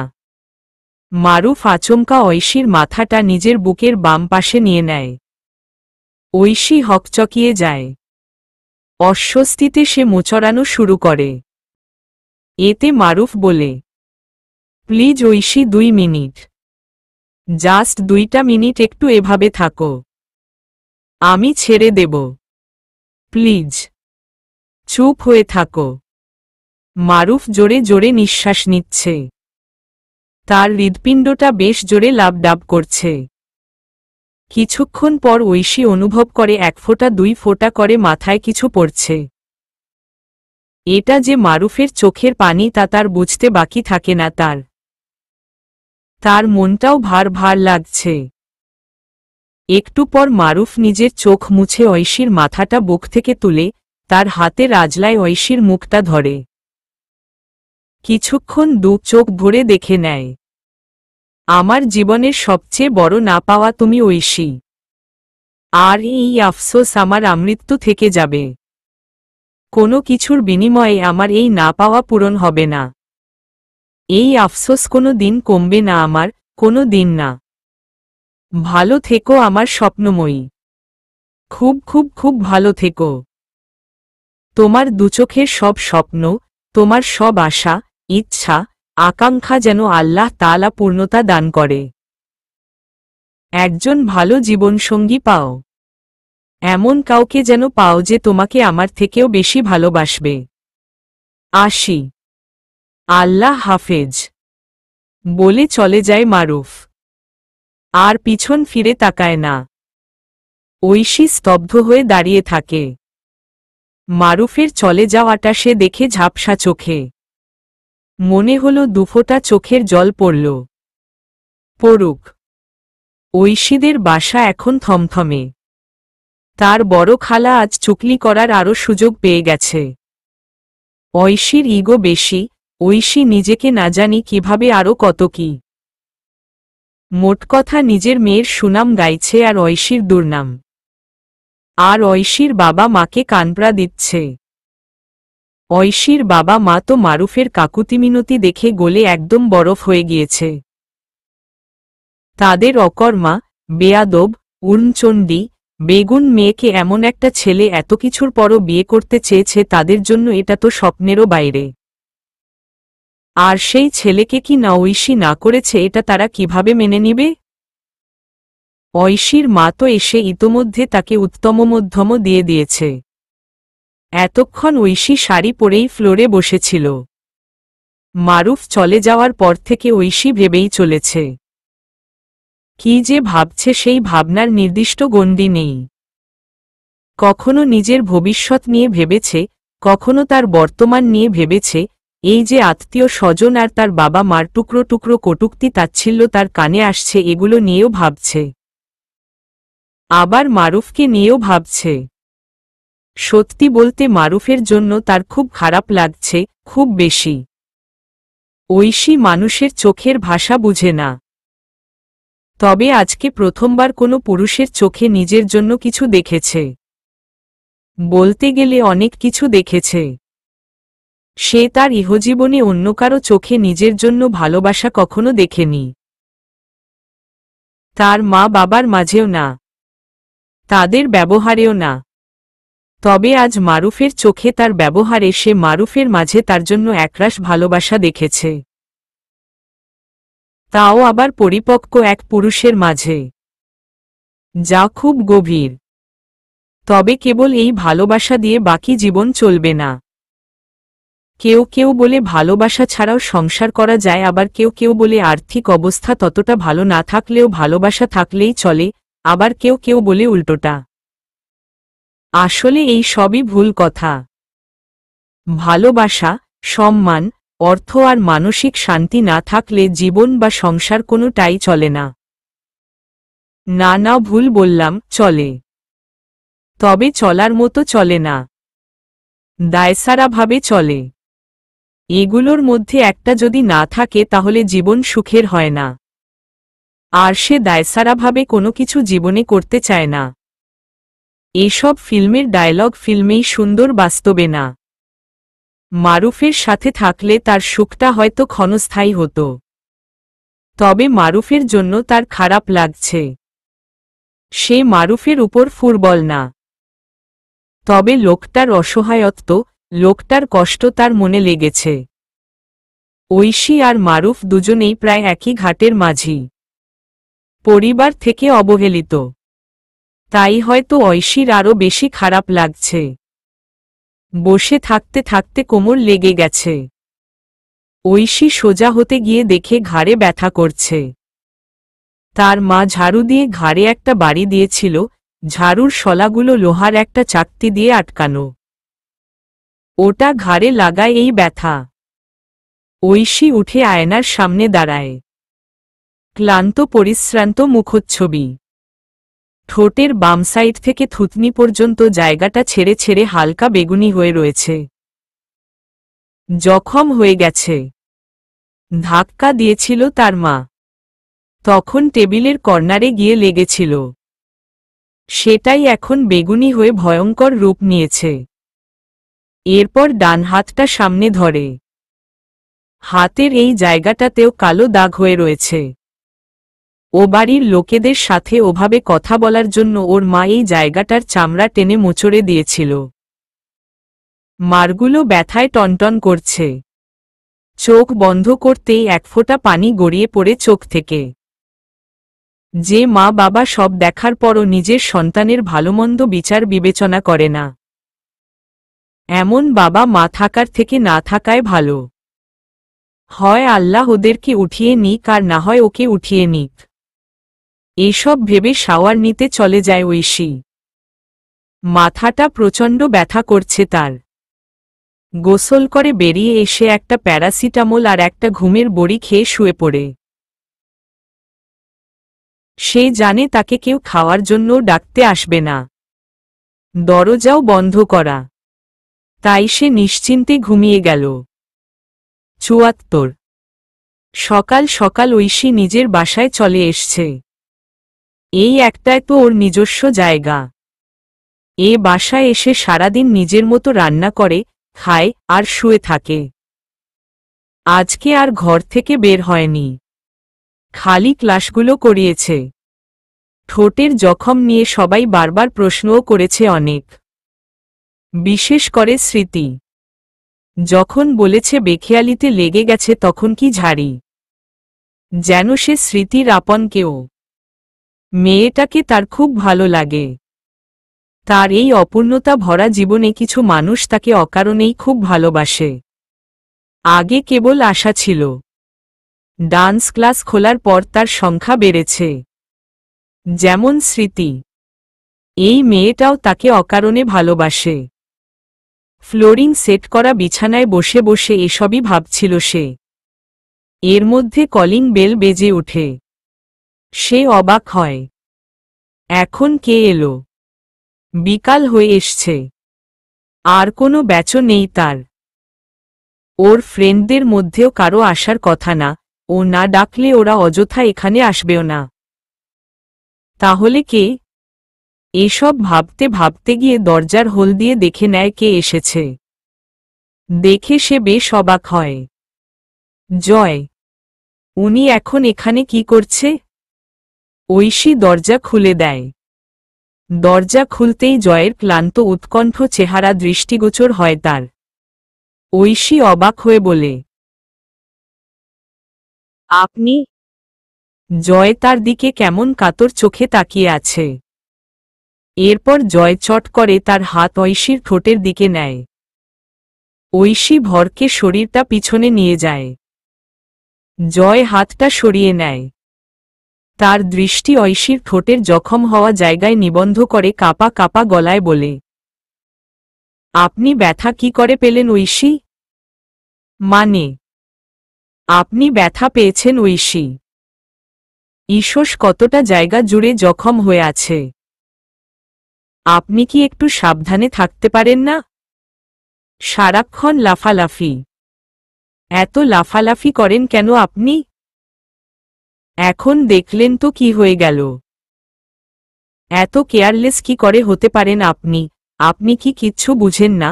আপনার কিছু হলে আরেকটা মানুষের কতটা কষ্ট হয়। সে বিষয়ে কোনো ধারণা আছে আপনার? শেষের কথাগুলো চিল্লিয়ে বলে জয়। ঐশী অবাক চোখে তাকিয়ে আছে জয়ের দিকে। এ কোনো জয়? আর এটা নিয়ে তার এমন অস্থির হওয়ার কি আছে? জয়ের আজকের এই আচরণ তাকে অন্য কিছুর ইঙ্গিত দিচ্ছে। সে কিছুটা শক্ত গলায় বলে, আপনি কিভাবে জানলেন আমি ব্যথা পেয়েছি? আর আপনিই বা এখানে কি করছেন? আর আমার যা খুশি হোক তা নিয়ে আপনার এত টেনশনের কারণ কি? ঐশীর প্রশ্ন শুনে জয়ের সব অস্থিরতা ছো হয়ে গেছে। জোকের মুখে লবণ পড়ার মতো অবস্থা। সে কিছুক্ষণ আমতা আমতা করে বলে, আসলে স্মৃতি বলেছে। আর স্মৃতি এই ওষুধটাও দিতে বলেছে। বলেই পকেট থেকে ওষুধটা বের করে দেয় ঐশীকে। ডাক্তাররা আজকাল ওষুধও সাথে নিয়ে ঘুরে নাকি? যাই হোক, আপনি এটা দিতেই এসছিলেন? জয় মাথা নিচু করে জবাব দেয়, জি জি, আসলে স্মৃতি দিতে বলল আপনাকে, তাই আমি আসি। বাই। দাঁড়ান ডাক্তার সাহেব। জয় দাঁড়িয়ে যায়। ঐশী ঘুরে জয়ের কাছে গিয়ে দাঁড়ায়। জয় মাথা নিচু করে আছে। ঐশী ঘাড় সম্পূর্ণ উঁচু করে জয়ের দিকে তাকায়। লোকটা ঐশীর থেকে ভীষণ লম্বা। ঐশীকে সবসময় মাথা উঁচু করে কথা বলতে হয়। ঐশী নীরবে কিছুক্ষণ জয়কে পরখ করে। জানি না আমি একটু বেশি ভাবছি কি না। তবুও একটা কথা আগে ভাগেই বলে রাখি, আমার প্রতি কোনো ইন্টারেস্ট দেখাবেন না। আমার মনে হয় আপনি বুঝতে পারছেন আমি কোনো ইন্টারেস্টের কথা বলছি। আমার উপর কোনো রকম দুর্বলতা দেখাবেন না, আর যদি একটু ফুটবল আপনি হয়েও থাকেন তবে সেটাও ত্যাগ করুন। কারণ এসব কখনোই সম্ভব না। আপনার আজকের ও বিগত আচরণ আমাকে এমনই কিছুর আভাস দিচ্ছে, তাই বলতে বাধ্য হলাম। So be careful. বলে যেই রুমে ঢুকতে নিবে তখনই জয় পিছন থেকে বলে ওঠে, কেন সম্ভব নয়? ঐশী থমকে দাঁড়ায়। চট করে পিছু ঘুরে। জয় ঐশীর সামনাসামনি হয়। ঐশী তখন জয়ের লালাভ মুখটা দেখতে পায়। মুখ লাল হওয়ার কারণ রাগ না অন্য কিছু তা তার জানা নেই। ঐশীর ভাবনার মাঝে জয় আবার বলে, কেন সম্ভব নয় বললেন না তো? মানে, আমি যদি আপনার প্রতি ইন্টারেস্টেড হই তাহলে আপনার আর আমার মাঝে কোনো কিছু কখনো কেন সম্ভব নয়? কারণ আমি আপনার প্রতি ইন্টারেস্টেড না। আপনি? জয় হুট করে ঐশীর মুখের সামনে এসে যায়। ঐশীর দিকে ঝুঁকে দাঁতে দাঁত চেপে বলে, আর আপনি কি ঐশী? আচ্ছা বলুন, আপনি কার প্রতি ইন্টারেস্টেড? কাকে ভালোবাসেন আপনি? ওই এসপি কে? ৭৫। ঐশী মহা অবাক। জয় এসপি স্যারের কথা কিভাবে জানে? আপনি কিভাবে তার কথা জানেন? এটা আমার প্রশ্নের উত্তর নয় ঐশী। বলুন আপনি কাকে ভালোবাসেন? তার জবাব আমি আপনাকে কেন দিব? রাগে জয়ের মাথা ফেটে যাচ্ছে। এই মেয়ের তারা তারা জবাব তার রাগ আরও বাড়িয়ে দিচ্ছে। সে নিজের মাথার চুল খামচে ধরে নিজের রাগ কন্ট্রোল করার চেষ্টা করে। এরপর আবার ঐশীর কাছে গিয়ে তার দিকে ঝুঁকে রাগে হিসহিস করতে করতে বলে, তাহলে আমি কি করব না করব তা আমি আপনাকে কেন বলবো? আমি যার উপর ইচ্ছা তার উপর ইন্টারেস্ট দেখাবো তাতে আপনার কি? আপনি তো ওই এসপির সাথে ভালোই আছেন। আপনার তো অন্য কারো মনের খোঁজ রাখার দরকার নেই। ঐশী হা করে তাকিয়ে আছে জয়ের দিকে। মানে আপনার মাথার তার ছিঁড়া? আপনি আমার উপর ইন্টারেস্ট দেখালে আমি সেই বিষয়ে না করব না, যেখানে আমি আপনার উপর ইন্টারেস্টেড না। আর কি বারবার? কেন আমার উপর ইন্টারেস্ট না আপনি? কি কমতি আছে আমার? সব ইন্টারেস্ট ওই টাকলা এসপির উপর, তাই না? Mr Joy mind your language. Are you crazy? আমি আপনার প্রতি ইন্টারেস্টেড না মানে না। এর কারণ কেন আমি আপনাকে দর্শাবো? আর বারবার কেন আপনি উনাকে টেনে আনছেন? ওনার সাথে আমার তেমন কোনো সম্পর্ক নেই যে আপনি আমাকে আর তাকে নিয়ে বারবার এমন নীচ ধরনের কথাবার্তা বলবেন। আপনার সেই অধিকার নেই। ঐশীর একটা কথাই জয়ের সব রাগ এক নিমিষেই পানি করে দিয়েছে। জ্বলন্ত হৃৎপিণ্ডে কেউ যেন বরফ গলা পানি ঢেলে দিয়েছে। ওই এসপির সাথে ঐশীর কোনো সম্পর্ক নেই? তার মানে তার রাস্তা ক্লিয়ার? সে ঐশীকে জিজ্ঞেস করে, কি বললেন? অনেক কিছুই বলেছি। কোনোটা বলবো? ওই এসপির সাথে আপনার কোনো সম্পর্ক নেই? আপনারা রিলেশনশিপে নেই? না তো। আর আমি যদি তার সাথে রিলেশনশিপে থেকেও থাকি তাতে আপনার কি? সত্যি? হুয়াট? মিথ্যা কেন বলবো আমি? আর সত্য মিথ্যা যাচাই করার আপনি কে? আপনি কে আমাকে এসব জিজ্ঞেস করার? নিজের সীমানায় থাকুন। আমি কার সাথে কি করলাম, কার সাথে আমার কি সম্পর্ক সেই সব কৈফিয়ত আমি আপনাকে দিব না। আপনি আমাকে এসব জিজ্ঞেস করার কেউ না। Do you understand? জয় তো মহা খুশি। সে ঐশীর বাকি কথা মোটেই কানে নেয়নি। সে তো তার খুশি ধরে রাখতে পারছে না। ঐশী জয়ের মুখের ও ভাবভঙ্গির পরিবর্তন লক্ষ্য করতে পারছে। বিরক্তিতে তার মন মস্তিষ্ক ছেয়ে আছে। জয় বেশ কিছুক্ষণ চুপ করে রইল। এদিক ওদিক তাকিয়ে গেটের বাইরে কিছু ভৃঙ্গরাজ ফুল দেখতে পায়। ঐশীকে 1 মিনিট বলে সে এগিয়ে যায় সেদিকে। ঐশী দেখল হাঁটু ভাঁজ করে বসে জয় কিছু একটা করছে। তার চরম বিরক্ত লাগছে। একে তো কালকের এই ভেজালে তার মন মেজাজ কিচ্ছু ভালো নেই। তার উপর আবার জয়ের এসব অদ্ভুত ব্যবহার। একটু পর জয় ফিরে এসে তার সামনে দাঁড়ায়। মাথা নিচু করে। একবার ঐশীর দিকে তাকিয়ে আবার মাথা নিচু করে নিচ্ছে। ঐশী বিরক্তি নিয়ে বলল, কি? আপনাকে কিছু প্রশ্ন করব। প্লিজ হ্যাঁ নাতে উত্তর দিবেন। আমি সব ক্লিয়ার করে দিচ্ছি। প্লিজ লাস্টবার। ওকে?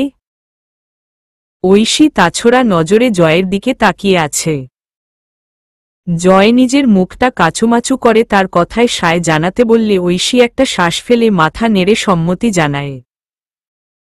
জয় এবার একটা ঢুক গিলে বলে, আপনার মানে আপনি কাউকে পছন্দ করেন বা ভালোবাসেন? এটা কি ধরনের প্রশ্ন? আপনি হ্যাঁ নাতে জবাব দিবেন বলেছিলেন কিন্তু। Please answer me. ঐশী একটা গরম নিঃশ্বাস ফেলে বলে, ওকে। নো। জয়ের মুখে স্বস্তির রেখা। সে পিছন থেকে তার ডান হাতটা ঐশীর সামনে বাড়িয়ে ধরে। যেই হাতে রয়েছে ভৃঙ্গরাজ ফুল দিয়ে বানানো একটা রিং। ঐশীর চোখ বড় বড় হয়ে যায়। জয় বলে, আই লাভ ইউ ঐশী। আমি জানি আপনি আমাকে খুব একটা পছন্দ করেন না, বাট আই লাভ ইউ। কখন কিভাবে জানি না, কেবল এটা জানি আপনার সাথে দেখা হওয়ার পর আমার জীবনটা বদলে গেছে। আমি আবার স্বাভাবিক হয়েছি, আমার জীবনে আবার খুশি ফিরে এসেছে। আমিও আপনার জীবনটা খুশিতে ভরিয়ে দিতে চাই, আপনার পথ চলার সঙ্গী হতে চাই। প্রমিজ করছি আপনার হাত কখনো ছাড়ব না। আমি নিজেকে আপনার নামে দলিল করে দিব। আপনি শুধু আমার হয়ে যান প্লিজ। আসলে আমি ধারণা করেছিলাম আপনি হয়তো ওই পুলিশকে ভালোবাসেন, তাই আমি আমার অনুভূতি আপনাকে বলিনি। কিন্তু আজ জানলাম আপনার মনে কেউ নেই। তাহলে প্লিজ আপনার মনের খেয়াল রাখার দায়িত্ব সহ আপনার খেয়াল রাখার দায়িত্বটা আমাকে দিয়ে দিন। আপনার জখমে আমি যত্ন করে মলম লাগিয়ে দিব। আই প্রমিজ আপনাকে আর কেউ কখনো আঘাত করবে না। আপনি শুধু আমার হয়ে যান Aishi. Will you marry me? Aishi অবাকের চরম সীমায়। সে আন্দাজ করেছিল তার উপর জয়ের একটু ইন্টারেস্ট আছে, তবে তা যে এই পর্যায়ের সে সম্পর্কে তার কোনো ধারণা ছিল না। সে যেন একঘরে চলে গিয়েছে। জীবনে কখনো প্রপোজাল পায়নি এমন তো না, তবে এভাবে কেউ কখনো তাকে প্রপোজ করেনি। জয়ের কথাগুলো সে কেবল আবেগ বলেও ফেলে দিতে পারছে না। জয়ের গলায়, জয়ের চোখে কিছু একটা তো আছে যা কেবল আবেগ বলে চালিয়ে দেওয়া যায় না। তার বুক ধুকপুক ধুকপুক করছে, গলা শুকিয়ে যাচ্ছে, সে তার জিহ্বা দিয়ে ঠোঁটটা ভিজিয়ে নেয়। কিছুক্ষণ সময় নেয় নিজেকে ধাতস্থ করার। এরপর কেবল নো বলে জয়ের মুখের উপর দরজাটা বন্ধ করে দেয়। আর ধপ করে ফ্লোরে বসে জোরে জোরে শ্বাস নিতে থাকে। আর জয় ফুলের রিং হাতে মাথা নিচু করে দাঁড়িয়ে থাকে। চোখটা ভীষণ জ্বালা করছে তার। জয় হয়তো চলে গেছে। ঐশী দরজা বন্ধ করে হাঁটুতে মাথা রেখে বসে বসে কাঁদছে। কেন কাঁদছে কোনো কারণে তা তার জানা নেই, তবে তার মন খুলে কাঁদতে ইচ্ছে করছিল তাই কাঁদছে। অনেক সময় কেন করছি, কি করছি এই ভাবনাটা না ভাবায় ভালো।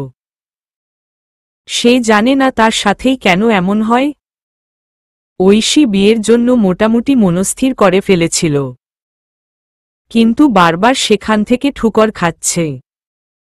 মারুফের যে পরিবার, তাতে তার সাথে সংসার করা অসম্ভব। আর জয় ব্যাটা একটা খচ্চর। এতদিন অন্য একটা মেয়ের জন্য কেঁদে কেটে মরে গেছে। ওই মেয়েকে ছাড়া অন্য কাউকে সে ভালোবাসতে পারবে না, ভংচং আরও কত কিছু। এখন আল্লাহ জানে এমন কি হয়ে গেল যে সে ঐশীর জন্য পাগলা দেওয়ানা হয়ে যাচ্ছে। ফালতু লোক। এই লোক বিয়ের পর যে অন্য কারো জন্য পাগল হবে না তার কি গ্যারান্টি? এটাকেও সে বিয়ে করতে পারবে না। জেনে বুঝে কেই বা কুয়োয় ঝাঁপ দিতে যাবে। এর থেকে ভালো সিঙ্গল থাকুক। ঐশীর মাথা ঝিমঝিম করছে। এখন গিয়ে তার একটু গোসল করা দরকার, তাহলে যদি ভালো লাগে। ৭৭। জয় নিজের বিছানায় ৪ হাত পা মেলে ঝেলে শুয়ে আছে। তার মনে ভালো লাগা এবং খারাপ লাগার সংমিশ্রণ। ঐশী অন্য কাউকে ভালোবাসে না, পছন্দ করে না। এটা তার জন্য লটারি পাওয়ার মতো খুশির। আর সে ঐশীকে তার মনের কথা বলেও দিয়েছে, যদিও সে এভাবে বলতে চায়নি। তবে ওই সময় ও পরিস্থিতিতে তার মাথায় এছাড়া আর কিছু আসছিল না। তার মনে হয়েছে এখনই বলে দেওয়া ভালো। ঐশী এভাবে মুখের উপর না করে দিল, এতে তার কিছুটা মন খারাপ। যদিও সে জানত এমন কিছুই হবে, তারপরও তার খারাপ লাগছে। তবে সবচেয়ে বেশি মন খারাপ ঐশীর হাতমুখের আঘাতগুলো দেখে। স্পষ্ট এগুলো মারের দাগ, এতে কোনো সন্দেহ নেই। কিন্তু এভাবে কে মেরেছে মেয়েটাকে? কেনই বা মেরেছে? 78। এর মধ্যে ইলোরা ইয়াসমিন জয়ের রুমে আসে। তিনি এসেছিলেন জয়কে খাবার খাওয়ার জন্য ডাকতে। কিন্তু জয়কে এভাবে হাত পা ছড়িয়ে ফ্যানের দিকে তাকিয়ে থাকতে দেখে তিনি চিন্তিত হয়ে পড়েন। ছেলেকে এভাবে দেখলেই তিনি চিন্তায় পড়ে যান। তিনি গিয়ে জয়ের মাথায় হাত বুলিয়ে বলেন, কি রে, এভাবে শুয়ে আছিস কেন? কাপড়টাও তো চেঞ্জ করিসনি। জয় মায়ের হাত ধরে বসিয়ে দেয় তাকে। তারপর তার কোলে নিজের মাথা রাখে। ইলোরা ইয়াসমিনও হেসে জয়ের মাথায় হাত বুলিয়ে দিতে থাকেন।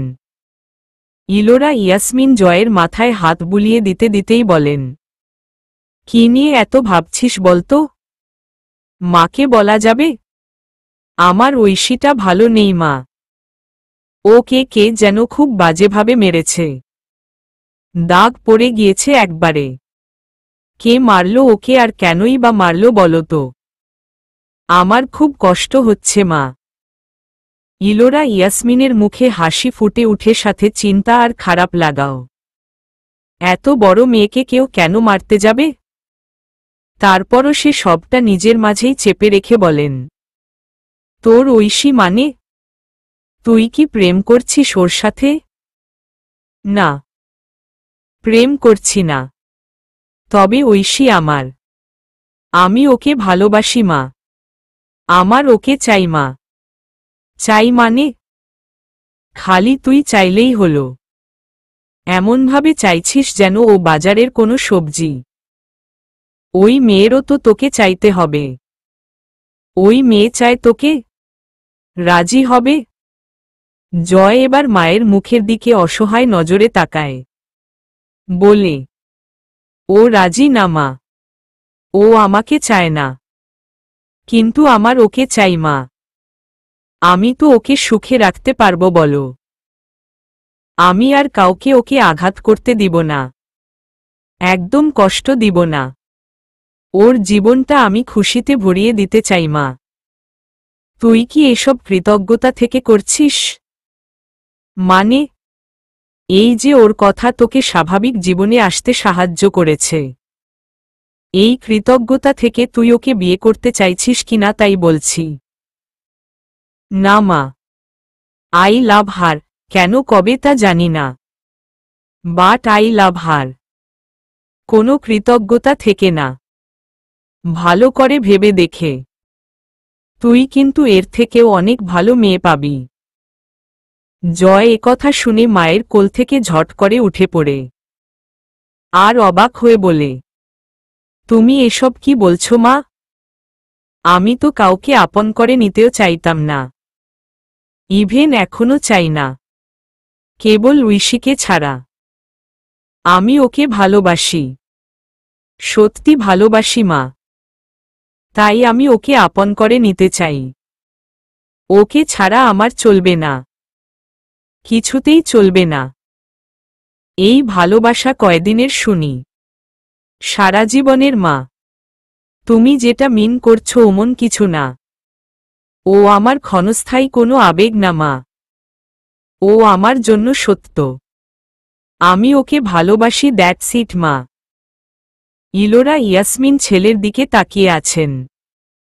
ছেলেটা তার কবে এত বড় হয়ে গেল? এই তো কয়েকদিন আগেও তো তার আঁচল ধরে ঘুরে বেড়াত। জয় ছোটবেলায়ও খুব একটা জিনিসের জন্য বায়না করত না, করলেও সবসময় মাথা নিচু করে মিনমিন করে সেটা বলত। সেই ছেলে আজ মাথা উঁচু করে তার ভালোবাসার জানান দিচ্ছে। পুতুলকে যখন চাইত তখন কান্না করত। একটা অসহায়ত্ব ছিল তখন। তবে আজ জয়ের মাঝে সে এক কঠিন সত্তা দেখতে পারছে। যেন না পেলে সে ঐশীকে যেভাবে হোক নিজে আদায় করে নিবে। ইলোরা ইয়াসমিন ভান করে হালকা শক্ত কণ্ঠে বলে, মায়ের সামনে ভালোবাসার কথা বলছ? লজ্জা করছে না? জয় তার মায়ের দিকে তাকায়। তারপর মুখ ফুলিয়ে আবার মায়ের কোলে মাথা দিতে দিতে বলে, আর তুমি যে শুনছ তার বেলায়? তুমি আমার বন্ধু মা। I love you. বলেই মায়ের হাতে একটা চুমু খায়। ইলোরা ইয়াসমিন তৃপ্তির হাসি হাসে।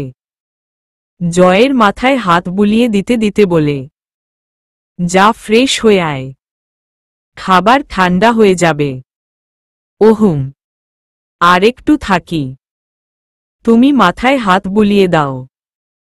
ইলোরা ইয়াসমিনের ভিতর থেকে আজ একটা চাপ বেরিয়ে গেল। জয়ের অনুভূতি সম্পর্কে সে অবগত ছিলেন। শিওর হলেন সেদিন রাতে যেদিন জয় সিয়াম আর ফয়সালকে তার মনের কথা বলছিল। সেদিন সে সব শুনে নেয়। এরপরের দিনই সে ঐশীর বাবার সাথে কথা বলার জন্য মনস্থির করে ফেলেছিলেন। কিন্তু পরে ভাবলেন, না, এবার তিনি আর কিছু করবেন না। তিনি চেয়েছিলেন জয় যেন নিজের মুখে এই কথাগুলো বলে। না চাইতেন কিছু পেয়ে গেলে আর সেটার কোনো মূল্য থাকে না। এবার জয়কেই বলতে হবে, জয়কেই সেটা আদায় করে নিতে হবে। ৭৯। বাহ, খুব ভালো মা, খুব ভালো। সব আদর তুমি তোমার ছেলেকেই করো। আমি তো বানের জলে ভেসে এসেছি না। স্মৃতির কথায় জয় আর ইলোরা ইয়াসমিনের ধ্যান ভাঙে। জয় এক নজর স্মৃতিকে দেখে চোখ বন্ধ করে নেয় আর বলে, হ্যাঁ, তোকে ডাস্টবিন থেকে কুড়িয়ে পেয়েছি আমরা। দেখিস না, এই জন্যই তো তোর শরীর থেকে গন্ধ বেরোচ্ছে। ইলোরা ইয়াসমিন জয়ের বাহুতে হালকা করে একটা চর বসিয়ে দেয় আর স্মৃতিকে কাছে আসতে বলেন। স্মৃতি এসে জয়কে একটা চিমটি মেরে ইলোরা ইয়াসমিনের বুকে জায়গা করে নেয়। দুই সন্তানকে বুকে জড়িয়ে তিনি অনুভব করলেন তিনি সুখী, খুব সুখী, কেবল তার হারানো সঙ্গীর কমতি, যে কমতি কখনো মিটবার নয়। তবুও তিনি যথেষ্ট সুখী। আর ওদিকে জয় আর স্মৃতির খুনসুটি তো চলছেই। ঐশীদের ড্রয়িং রুমে ঐশীর বাবা মার সামনে বসে আছেন ইলোরা ইয়াসমিন। এর মাঝে কেটে গেছে 2 দিন। আজকে ইলোরা ইয়াসমিন এসেছে ঐশীদের বাসায়। যদিও তিনি বেশ দোনমনোয় ছিলেন। বিয়ের কথা একরকম ঠিকঠাক হওয়ার পর তার ছেলের কর্মকাণ্ডেই তা আর আগানো সম্ভব হয়ে ওঠেনি। এখন আবার এতদিন পর সেই প্রস্তাব নিয়ে আসতে তিনি বেশ দ্বিধায় ছিলেন। তবে তার শঙ্কাকে দূরে ঠেলে ঐশীর বাবা মা তাকে বেশ সাদরে গ্রহণ করেন। এক পর্যায়ে আমতা আমতা করে তার আসার কথাটা বললে ঐশীর বাবা মা অনেক খুশি হয়। তা মুখের ভাবভঙ্গি দেখেই বোঝা যায়। এটা তো অনেক খুশির খবর আপা। আপনাদের মতো এত বড় মানুষ আমাদের সাথে সম্পর্ক করতে চান, এটাই তো বড় কথা। আসলে আমার মেয়েটা ওইদিন এসে বলেছিল আপনার ছেলে অন্য একটা মেয়েকে পছন্দ করে, আর সে সেটা নিয়ে অনেক সিরিয়াস, তাই আর আগায়নি। এখন এতদিন পরে এসেও যদি সম্পর্কটার একটা গতি হয়, এটা তো অনেক ভালো কথা। কি বলো ঐশীর মা? হ্যাঁ আপা, এটা আমাদের জন্য খুব ভালো খবর। আপা, আপনার ছেলে আবার এই বিষয়ে জানে তো? হ্যাঁ হ্যাঁ আপা, ও এসে পড়বে এক্ষুনি। আসলে বের হচ্ছি তখনই ওর একটা ইমার্জেন্সি কাজ পড়ে যাওয়ায় ওকে যেতে হয়েছে। এসে পড়বে ও। ইলোরা ইয়াসমিন হেসে জবাব দিল। ও মনে মনে সে অবাকের সাথে সাথে ভীষণভাবে ভরকেও গেছে। এত সহজে যে সবকিছু মিটমাট হয়ে যাবে তা সে কল্পনাও করেনি। ঐশীর বাবা মার কথা শুনে মনে হলো তারা প্রস্তাব নিয়ে এসেছে, এটাই বেশি, আর কিচ্ছুর প্রয়োজন নেই। অন্তত বাবা মা হিসেবে তাদের আরও সচেতন হওয়া তো উচিত। যদি এই ঘটনাটা স্মৃতির সাথে হতো তাহলে সে ওমন ছেলের কাছে স্মৃতিকে কখনো দিত না। আর এরা কেমন বাবা মা! বড় ফ্যামিলি থেকে বিয়ের প্রপোজাল আসাটাই কি বড়! তিনি অপমান এবং বেশ কিছু কটু কথা শুনতে হবে এমন পরিস্থিতির জন্য মানসিকভাবে তৈরি ছিলেন। তবে তেমন কিছুই হয়নি। এটা ভেবে সে যেমন স্বস্তি পাচ্ছে, তেমনি একজন নারী এবং মা হিসেবে তিনি ততটাই অবাক এবং আশাহত হচ্ছেন। সব ভাবনাকে দূরে সরিয়ে এসে ঐশীর মায়ের উদ্দেশ্য বলেন, আপা যদি কিছু মনে না করেন আমি একটু ঐশীর সাথে দেখা করতে পারি? হ্যাঁ হ্যাঁ আপা, আমি এক্ষুনি ওকে নিয়ে আসছি। নিয়ে আসতে হবে না আপা, আমি এমনিতেই ওর সাথে একটু দেখা সাক্ষাৎ করতে চাই, অন্য কিছু করার দরকার নেই। ঠিক আছে আসুন, ও হয়তো ওর রুমেই আছে। চলুন আপা। ইলোরা ইয়াসমিন উঠে তার পিছন পিছন যায়। যাওয়ার আগে অবশ্য একবার ছেলের সাথে কথা বলে নেয়। কথা বলে জানে জয় বাসার কাছাকাছি চলে এসেছে। ইলোরা ইয়াসমিন যেই রুমে প্রবেশ করবে সেই তিনি ঐশীর মার চিৎকার শুনতে পান। তিনি তড়িঘড়ি করে রুমে গিয়ে দেখেন ঐশী বিছানায় শোয়া আর তার মা তাকে অনবরত ডেকে যাচ্ছে। ঐশীর মার চিৎকারে ঐশীর বাবাও ছুটে এসেছেন। ইলোরা ইয়াসমিন ঐশীর কাছে গিয়ে তার গায়ে হাত দিয়ে দেখে মেয়েটার শরীর জ্বরে পুড়ে যাচ্ছে, আর মেয়েটার সেন্স নেই। ঐশীর বাবা মা ঐশীকে নিয়ে অস্থির হয়ে পড়ে। তাদের চিৎকার চেঁচামেচিতে ঐশীর ভাইও তার রুমে এসে দাঁড়িয়েছে। এত কিছুর মাঝে ইলোরা ইয়াসমিন তাড়াতাড়ি জয়কে ফোন করে এখানের পরিস্থিতি সম্পর্কে বলে। জয় জানায় সে এসে পড়েছে, তখন তিনি ঐশীদের ফ্ল্যাট কোনটা সেটা বলে ফোন কেটে দেয়। এরপর তিনি হাতের আজলে পানি নিয়ে ঐশীর মুখে ছেটাতে থাকে। 81 জয় ঐশীদের বাসার দরজার সামনে দাঁড়িয়ে আছে। ঐশীদের বিল্ডিংয়ে এসে বাইক পার্কিংয়ে রাখছিল। তখনই ইলোরা ইয়াসমিনের ফোন আসে। এটুকু জায়গা যে সে কিভাবে এসেছে সে নিজেও জানে না। ভিতর থেকে কান্নাকাটির আওয়াজ আসছে। সে কাঁপা কাঁপা পায়ে এক পা দুপা করে কান্নার উৎসের নিকট এসে পৌঁছায়। ভিতরের অবস্থা দেখে তার পা আর এগুচ্ছে না। ইলোরা ইয়াসমিন ছেলেকে দেখে এগিয়ে আসেন। ছেলের অবস্থা হয়তো তিনি বুঝতে পারেন, তাই তিনি জয়ের কাঁধে হাত রাখেন। জয় তার দিকে তাকালে তিনি জয়কে ঐশীর কাছে যেতে ইশারা করেন। দরজা থেকে ঐশীর বিছানার দূরত্ব বড়জোর 4-5 কদম। অথচ এই কয়েকটা কদম চলতেই জয়ের পা কুলাচ্ছে না। বিছানায় নিথর হয়ে শুয়ে আছে ঐশী। কিন্তু সে তো এই ঐশীকে কাম্য করেনি। সে ভেবেছিল এসে ঐশীর রাগী মুখটা দেখবে, এসে তাকে ঐশীর তীক্ষ্ণ নজরের সামনা করতে হবে। কিন্তু তাকে এসে যে প্রেয়সীর রুগ্ন নিথর দেহ দেখতে হবে তা সে কল্পনাও করেনি। সে কোনো রকমে গলা দিয়ে তাকে দেখতে দেওয়ার কথাটা বের করে। ঐশীর মা বাবা সরে গিয়ে জয়কে ঐশীর পাশে বসার জায়গা দেয়। জয় গিয়ে ঐশীর পাশে বসে বেশ কয়েকবার জোরে জোরে শ্বাস নিয়ে নিজেকে ধাতস্থ করার চেষ্টা করে। এরপর হাত রাখে ঐশীর কপালে এবং গলায়। ঈষৎ কি মারাত্মক জ্বর! এটাই কি ভবিতব্য ছিল? কি করতে চেয়েছিল সে, আর কি করতে হচ্ছে? ঐশীর সেবা করার দায়িত্ব কর্তব্য যাই বলা হোক তাই করতে রাজি জয়। হাসিমুখে সে বারংবার তা করতে রাজি। তবে প্রেয়সীর অসুস্থতা তো তার কাম্য না। বন্ধ চোখ, শুকনো মুখ, শুকনো ঠোঁট, ঠোঁটের কোণের দাগটা এখনো আছে। সে নিজের আবেগ ভালোবাসা সবটাকে সাইডে রেখে ডাক্তার ধর্ম পালনে সচেষ্ট হয়ে ওঠে। কিছু চেক আপ করে ঐশীর বাবার উদ্দেশ্য বলে, আঙ্কেল ওকে এক্ষুনি হাসপাতালে নিয়ে যেতে হবে।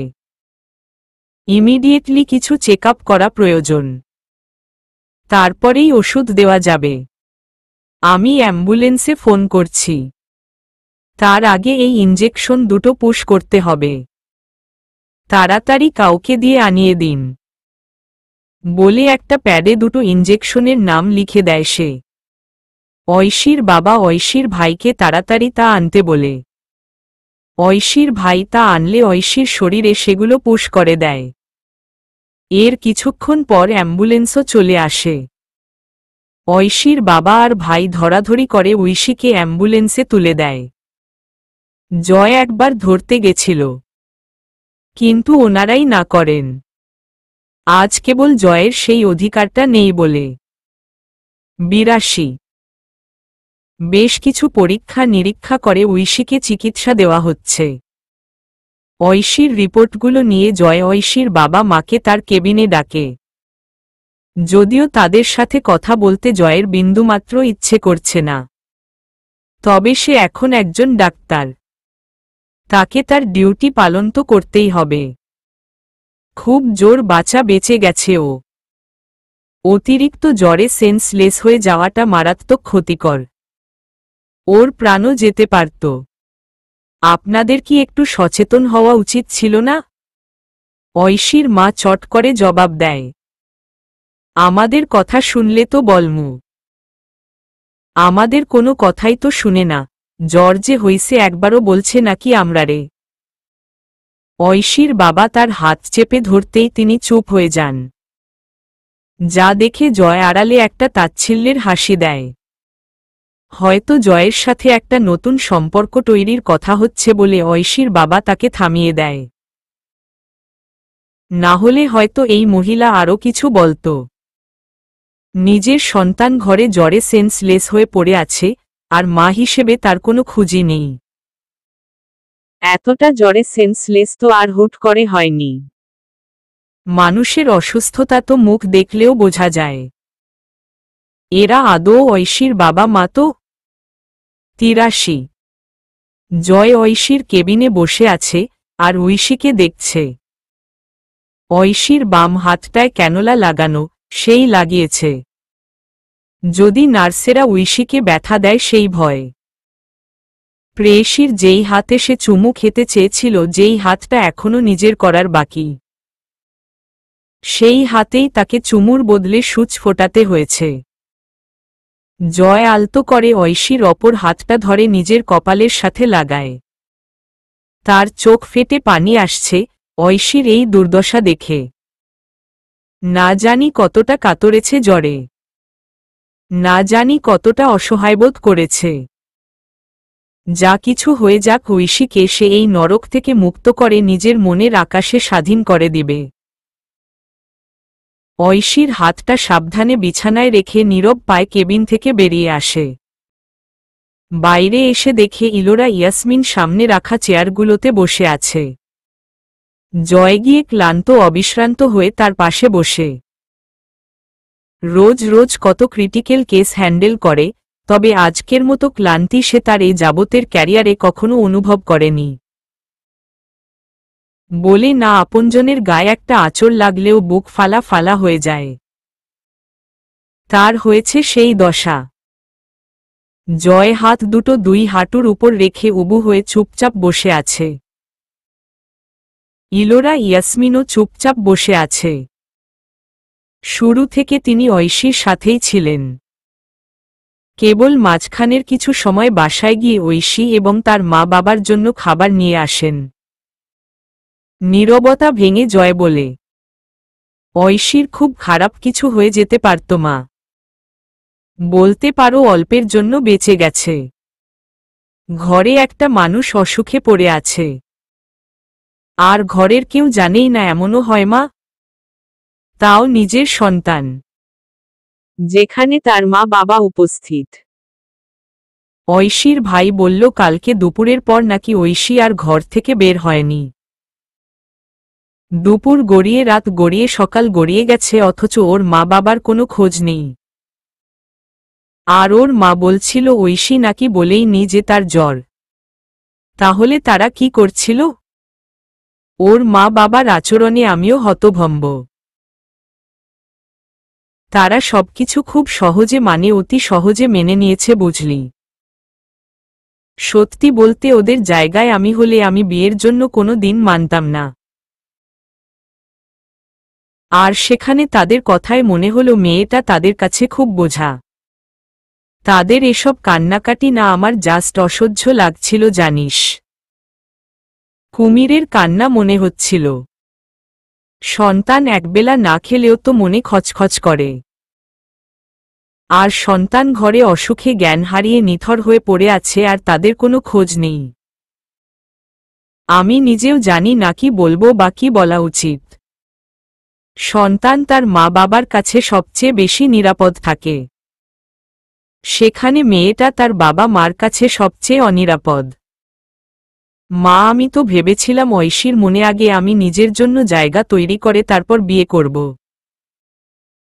এখন তো আমার প্রচুর ভয় করছে। আমার আমানত তাদের কাছে কিভাবে সুরক্ষিত থাকবে বলো? মা ছেলের কথার মাঝেই ঐশীর মা বাবা চলে আসায় তারা তাদের কথা সেখানেই স্থগিত রাখে। ইলোরা ইয়াসমিন ঐশীর মা বাবাকে জোর করে খাবার খাওয়ায়। তারা তো খেতেই চাইছিল না। বিষয়টা তার কাছে রীতিমতো হাস্যকর মনে হল। ঐশীর মা আরও অদ্ভুত মহিলা। বোনদের কাছে বানিয়ে বানিয়ে কত যে গালগল্প করছে, যদিও তার সামনে না দূরে গিয়ে। কিন্তু মহিলার যা গলা, তাতে 3 মাইল দূরে থেকেও তার কথা শুনতে পারা যায়। তিনি ভাবেন সন্তানেরাও বাবা মার কাছে কত অসহায়। ঐশীর মতো অনেক পরিবারের সন্তানদের কথার কখনো গুরুত্ব দেওয়া হয় না, তাদের অভিযোগগুলো কানে তোলা হয় না, তাদের মতামতকে প্রাধান্য দেওয়া হয় না। এমন পরিবেশে বাচ্চাগুলো যে টিকে থাকে, এটাই তো মস্ত এক চমৎকার। ঐশীকে ঘুমের ইনজেকশন দেওয়া হয়েছে। সকালের আগে তা ভাঙবে না। ঐশীর বাবা মা ভাই এমন অবস্থায় মেয়েকে একা রেখে বাসায় চলে যায়, যদিও তাদের থাকার মতো ব্যবস্থা নেই। তারপরও স্বাভাবিকভাবেই পরিবার থেকে একজন থাকেই। ওনারা চলে যাওয়ায় জয় আজ হাসপাতালে থাকবে বলে ঠিক করে।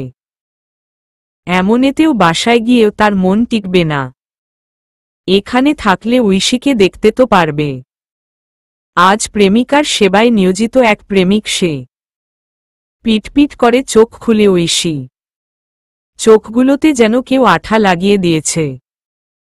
ঝাপসা ঝাপসা নজরে আবছা একটা লম্বা অবয়ব দেখতে পারছে সে, কিন্তু বুঝতে পারছে না সে কে। অবয়বটা স্পষ্ট হলেই বুঝতে পারে এটা জয়। গোল ফ্রেমের চশমা, গায়ে এপ্রন, গলায় স্টেথোস্কোপ, একদম পেশাদারি লুক। হাতে কিছু ফাইল নিয়ে কারো সাথে কথা বলছে। ঐশী অবাক। জয় এখানে কেন আসবে? কিভাবে আসলো ও? গলার স্বর ভেঙে যাওয়ায় ফ্যাসফ্যাসে গলায় বলে, এই আপনি এখানে কি করছেন? যান এখান থেকে। জয় ঐশীর রিপোর্ট নিয়ে নার্সের সাথে কিছু কথা বলছিল। তখন ঐশীর গলা শুনে জয় ঐশীর দিকে তাকায়। ওর জ্ঞান ফিরেছে। জয় তড়িঘড়ি করে ঐশীর দিকে ঝুঁকে হাত ধরে তার পালস চেক করে, কপালে এবং গলায় হাত দিয়ে জ্বরের তাপমাত্রা অনুভব করে, ঐশীর চোখ দেখে। আর ঐশী বোকার মতো জয়ের এসব কর্মকাণ্ড দেখছে। তার ব্রেইনে জিনিসটা তখনও ধরতে পারেনি যে সে হাসপাতালে। জয় জিজ্ঞেস করে, এখন কেমন ফিল করছো?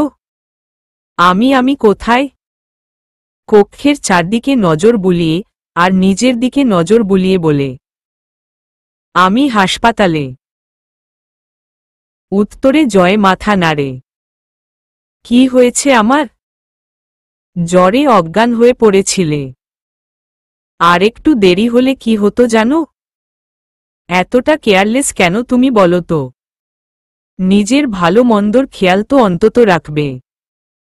তোমার মাঝে অন্য কারো প্রাণপাখি বাসা বেঁধে আছে, ভুলে যাও কেন? ঐশী চোখ বড় বড় করে তাকিয়ে আছে। জয়ের থেকে নজর ঘুরিয়ে ঐশী নার্সটার দিকে তাকায়। তিনি মুখে মুচকি হাসি রেখে ওষুধ নিয়ে কিছু একটা করছে। তা দেখে ঐশী চোখ দিয়ে জয়কে শাসায়। আর জয় তাকে তুমি সম্বোধন করছে। সেই উঠে বসতে চায়, কিন্তু পারে না। এরপর জয় তার 2 বাহু ধরে তাকে উঠে বসতে সাহায্য করে। পিঠের পিছনে বালিশে ঠেস দিয়ে বসিয়ে দেয় তাকে। ঐশীর মাথায় হাজার প্রশ্ন কিলবিল করছে। মাথাটা তার ভার ভার লাগছে। জয় চেয়ারে বসে ঐশীকে দেখে যাচ্ছে। ঐশীকে মাথায় হাত দিতে দেখে জয় বলে, মাথা ব্যথা করছে? ঐশী মাথা নাড়িয়ে না বলে। সে জানায় তার মাথা ভার ভার লাগছে। একটু ভার ভার লাগবেই, পরে ঠিক হয়ে যাবে। তার আগে খাবার খেয়ে ওষুধগুলো খেয়ে নাও। আমার আম্মু আব্বু কই? আর আপনি কিভাবে জানেন? সকাল 10টা বেজে গেছে, ওনারা এখনো এসে পৌঁছায়নি। ওনারা এসে পড়বেন এক্ষুনি। আর আমি কিভাবে কি জানলাম তা পরে বলছি, আগে ফ্রেশ হয়ে নাও, তারপর তোমাকে খেতে হবে। না, আগে আপনি আমার সব প্রশ্নের উত্তর দিন। Oishi look at you. তুমি ঠিকমতো কথাও বলতে পারছো না। শরীরে এক তুলা শক্তিও নেই, এই অবস্থায় এসব কথা বলাটা কি বেশি জরুরি? আমি সবই বলবো। তার আগে মুখটা ধুয়ে নাও। নার্সকে কিছু একটা বলতেই তিনি চলে যান। আর জয় ব্রাশ পেস্ট নিয়ে ওয়াশরুম থেকে ভিজিয়ে এনে ঐশীকে দেয়। ঐশী অগত্যা ব্রাশটা হাতে নেয়। কিন্তু এটা তো তার ব্রাশ না। এটা কার ব্রাশ? আমার ব্রাশ তো এটা না। ডোন্ট ওয়ারি, এটা নতুন ব্রাশ। আঙ্কেল আন্টি এসব কিছু দিয়ে যায়নি।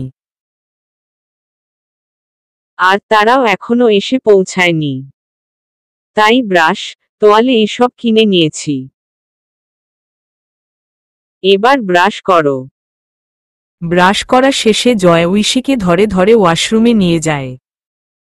যেহেতু তার পাশে আর কেউ নেই, তাই না চাইতেও ঐশীকে জয়ের সাহায্য নিতে হচ্ছে। জয় খুবই স্বাভাবিকভাবে ঐশীর সব কাজ করে দিচ্ছে। যেন ঐশীর এই কাজগুলো জয় প্রায়ই করে। ওকে ওয়াশরুম থেকে নিয়ে এসে বেডে বসিয়ে দিয়ে তোয়ালে দিয়ে মুখটা নিজেই মুছে দেয়। কারণ ঐশীর হাতে যেহেতু ক্যানোলা লাগানো, তাই ঐশী কাজটা করতে পারবে না। এর মধ্যেই আবার সেই নার্সটা একটা টিফিন ক্যারিয়ার নিয়ে কেবিনে আসে। জয় সেখান থেকে সুজির বাটিটা নিয়ে ঐশীকে খাওয়াতে গেলেই ঐশী বেঁকে বসে। সে কিছুতেই জয়ের হাতে খাবে না, নিজের হাতে খাবে। নিজে না পারলে সে নার্সের হাতে খাবে, তবুও জয়ের হাতে খাবে না। এতক্ষণ নিরুপায় হয়ে জয়ের সাহায্য নিয়েছে, তবে এখন সে কিছুতেই আর জয়ের কাছ থেকে কোনো হেল্প নিতে চায় না। এবার জয় বলে, আমি এখানে কিভাবে, তোমার অসুস্থতার খবর কিভাবে জানলাম শুনবে না? এরপর ফিসফিসিয়ে বলে, ওর সামনে কিন্তু বলা যাবে না। এবার আর কোনো কথা বলে না ঐশী। তাই জয় নার্সকে যেতে বলে যেই চামচ মুখের সামনে ধরেছে সেই খাবার দেখে ঐশীর আরেক জেদ। সে সুজি খাবে না, সে কোনো বাচ্চা না। এবার জয় বলে, দেখুন ম্যাডাম, এখন আপনি ভারী কিছু খেতে পারবেন না। লাইট ওয়েট খাবার খেতে হবে। ভারী খাবার আপনার মুখে এখন ভালো লাগবে না। স্যুপই আনতাম, কিন্তু আমি জানি আপনি স্যুপ খান না, তাই এই সুজি এনেছি। এটা ভালো খেয়ে দেখো। তাও যদি না খাও তাহলে আমি জোর করেই খাওয়াবো। জয়ের কথায় এবার ঐশী চুপচাপ খেয়ে নেয়। খাওয়াতে খাওয়াতে জয় সব বলে। ঐশী থম মেরে আছে। খাওয়ার পর জয় ওষুধ বের করে ঐশীর হাতে দেয়। ঐশী সেটাও নীরবে খেয়ে নেয়। আচ্ছা শোনো, আমার এখন ডিউটি আছে, তাই আমাকে যেতে হচ্ছে। তবে আমি একটু পর পর আসার চেষ্টা করব। আর আশাও এসে পড়েছে, এক্ষুনি চলে আসবে। আশা আসার আগ পর্যন্ত একজন নার্স তোমার পাশে থাকবে। ওর নাম স্বর্ণা, খুব ভালো মেয়ে। যা দরকার পড়বে বা কোনো সমস্যা হলেই ওকে বলবে। এখন রেস্ট নাও, আমি আসছি। ঐশী অন্যদিকে তাকিয়ে কেবল শুনে গেল। মনে অনেক প্রশ্ন থাকলেও কোনো জবাব দিল না। জয় এবার নার্সটাকে ডেকে বলে, তোমার ম্যাডামের খেয়াল রেখো, উনার কোনো সমস্যা যেন না হয়। আসি। তোমার ম্যাডাম। শুনে ঐশী চট করে জয়ের দিকে তাকায়। কিন্তু জয় আসি বলে আর দেরি করেনি। সে চলে গেছে। 85। জয় চলে যেতেই নার্সটা মিষ্টি হেসে ঐশীর পাশে গিয়ে দাঁড়ায়। আপনি অনেক লাকি ম্যাডাম। জয়ের মতো জীবনসঙ্গী পাওয়া অনেক বড় ভাগ্যের ব্যাপার। আজকাল এত নম্র, ভদ্র আর দায়িত্ববান মানুষ পাওয়া মুশকিল। কালকে সারা রাত তিনি আপনার জন্য জেগে থেকেছেন। পেশাদারিতে তার কোনো তুলনা হয় না। তবে যখন আপনাকে নিয়ে এলো উনাকে দেখে মনে হচ্ছিল যেন উনার দেহে প্রাণ নেই।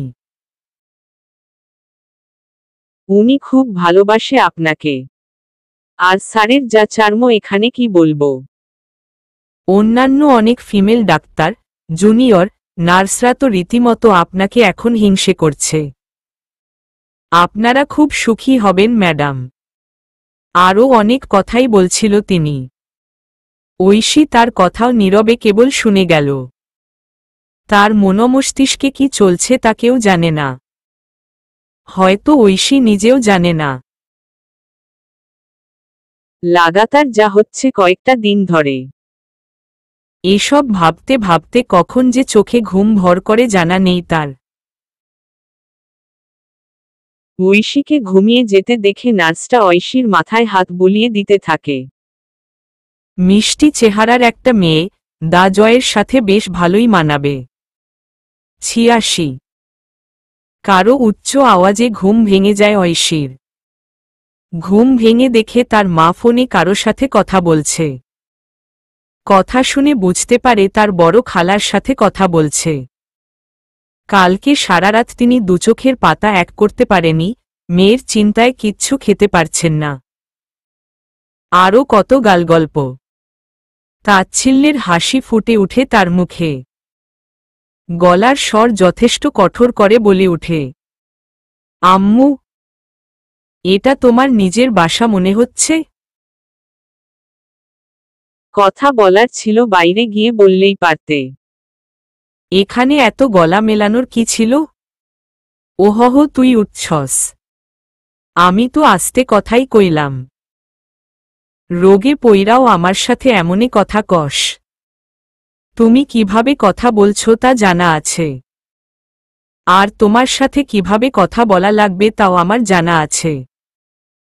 তুমি এখানে কি করছো? তোমার তো আসার কোনো দরকার ছিল না। আমি ম্যানেজ করে নিতাম। মা হইয়া আমি দায় পড়ছি বুঝছস। মা হইলে বুঝতি মায়ের কত জ্বালা। কালকে ধইরা খাওয়া নাই, ঘুম নাই। চিন্তায় চিন্তায় জীবন শেষ আমার।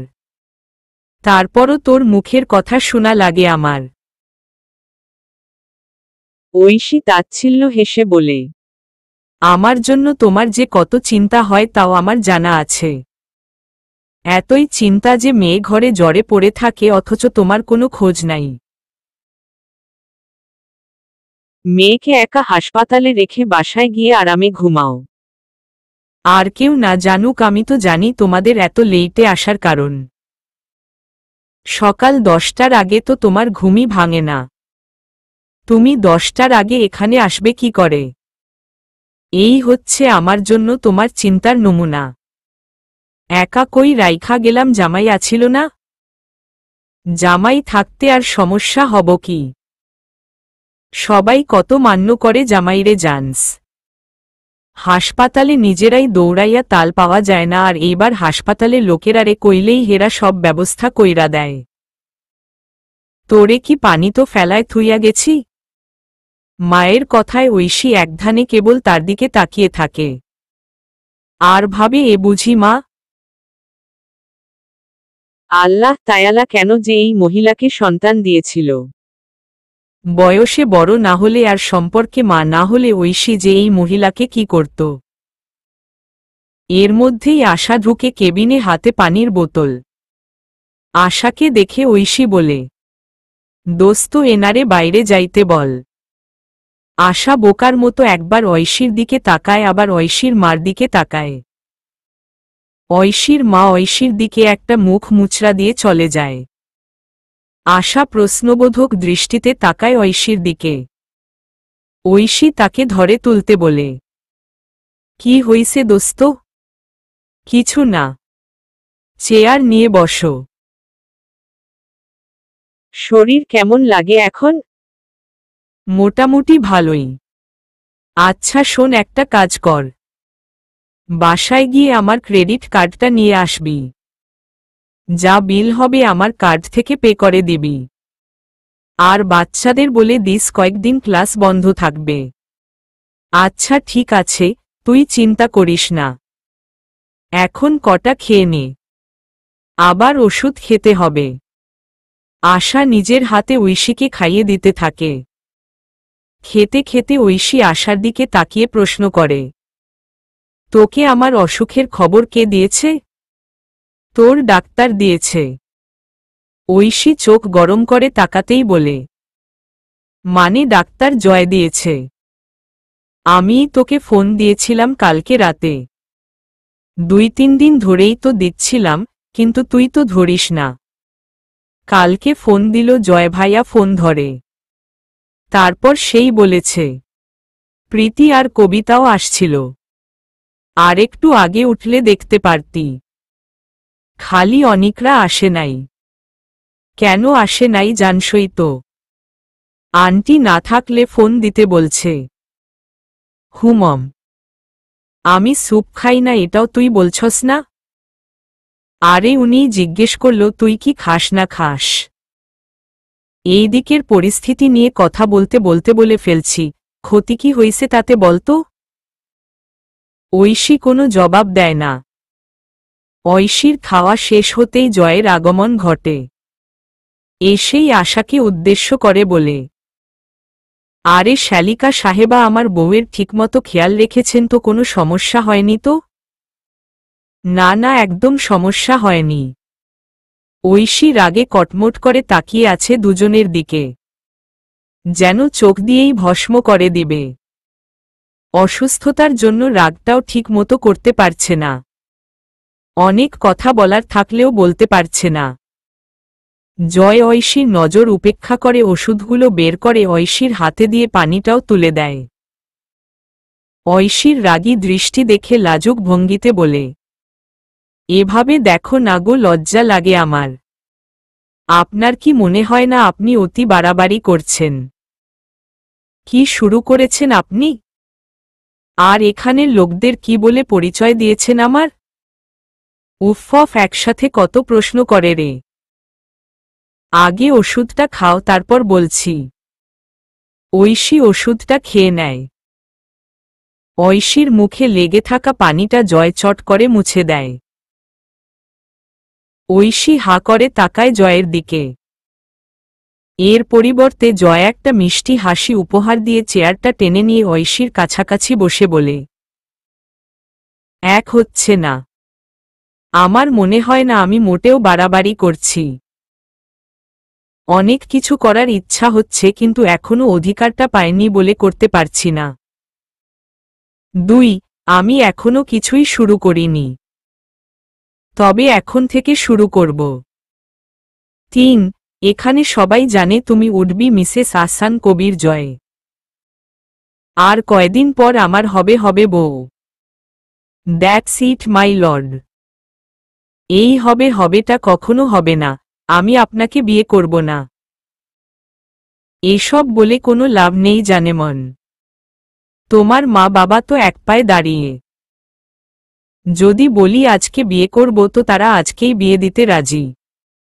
আমার ফ্যামিলির কথা তো বলার অপেক্ষায় রাখে না।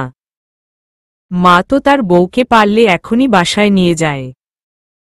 আর আমি তো আপনার অপেক্ষায় শুকিয়ে যাচ্ছি। কেবল এখানে একজনই বাগড়া দিচ্ছে, আর সে হলেন আপনি ম্যাডাম। এবার ঐশীর দিকে ঝুঁকে বলে, রাজি হয়ে যান ম্যাডাম, অনেক ইচ্ছে আছে, অনেক জল্পনা কল্পনা আছে আপানকে নিয়ে।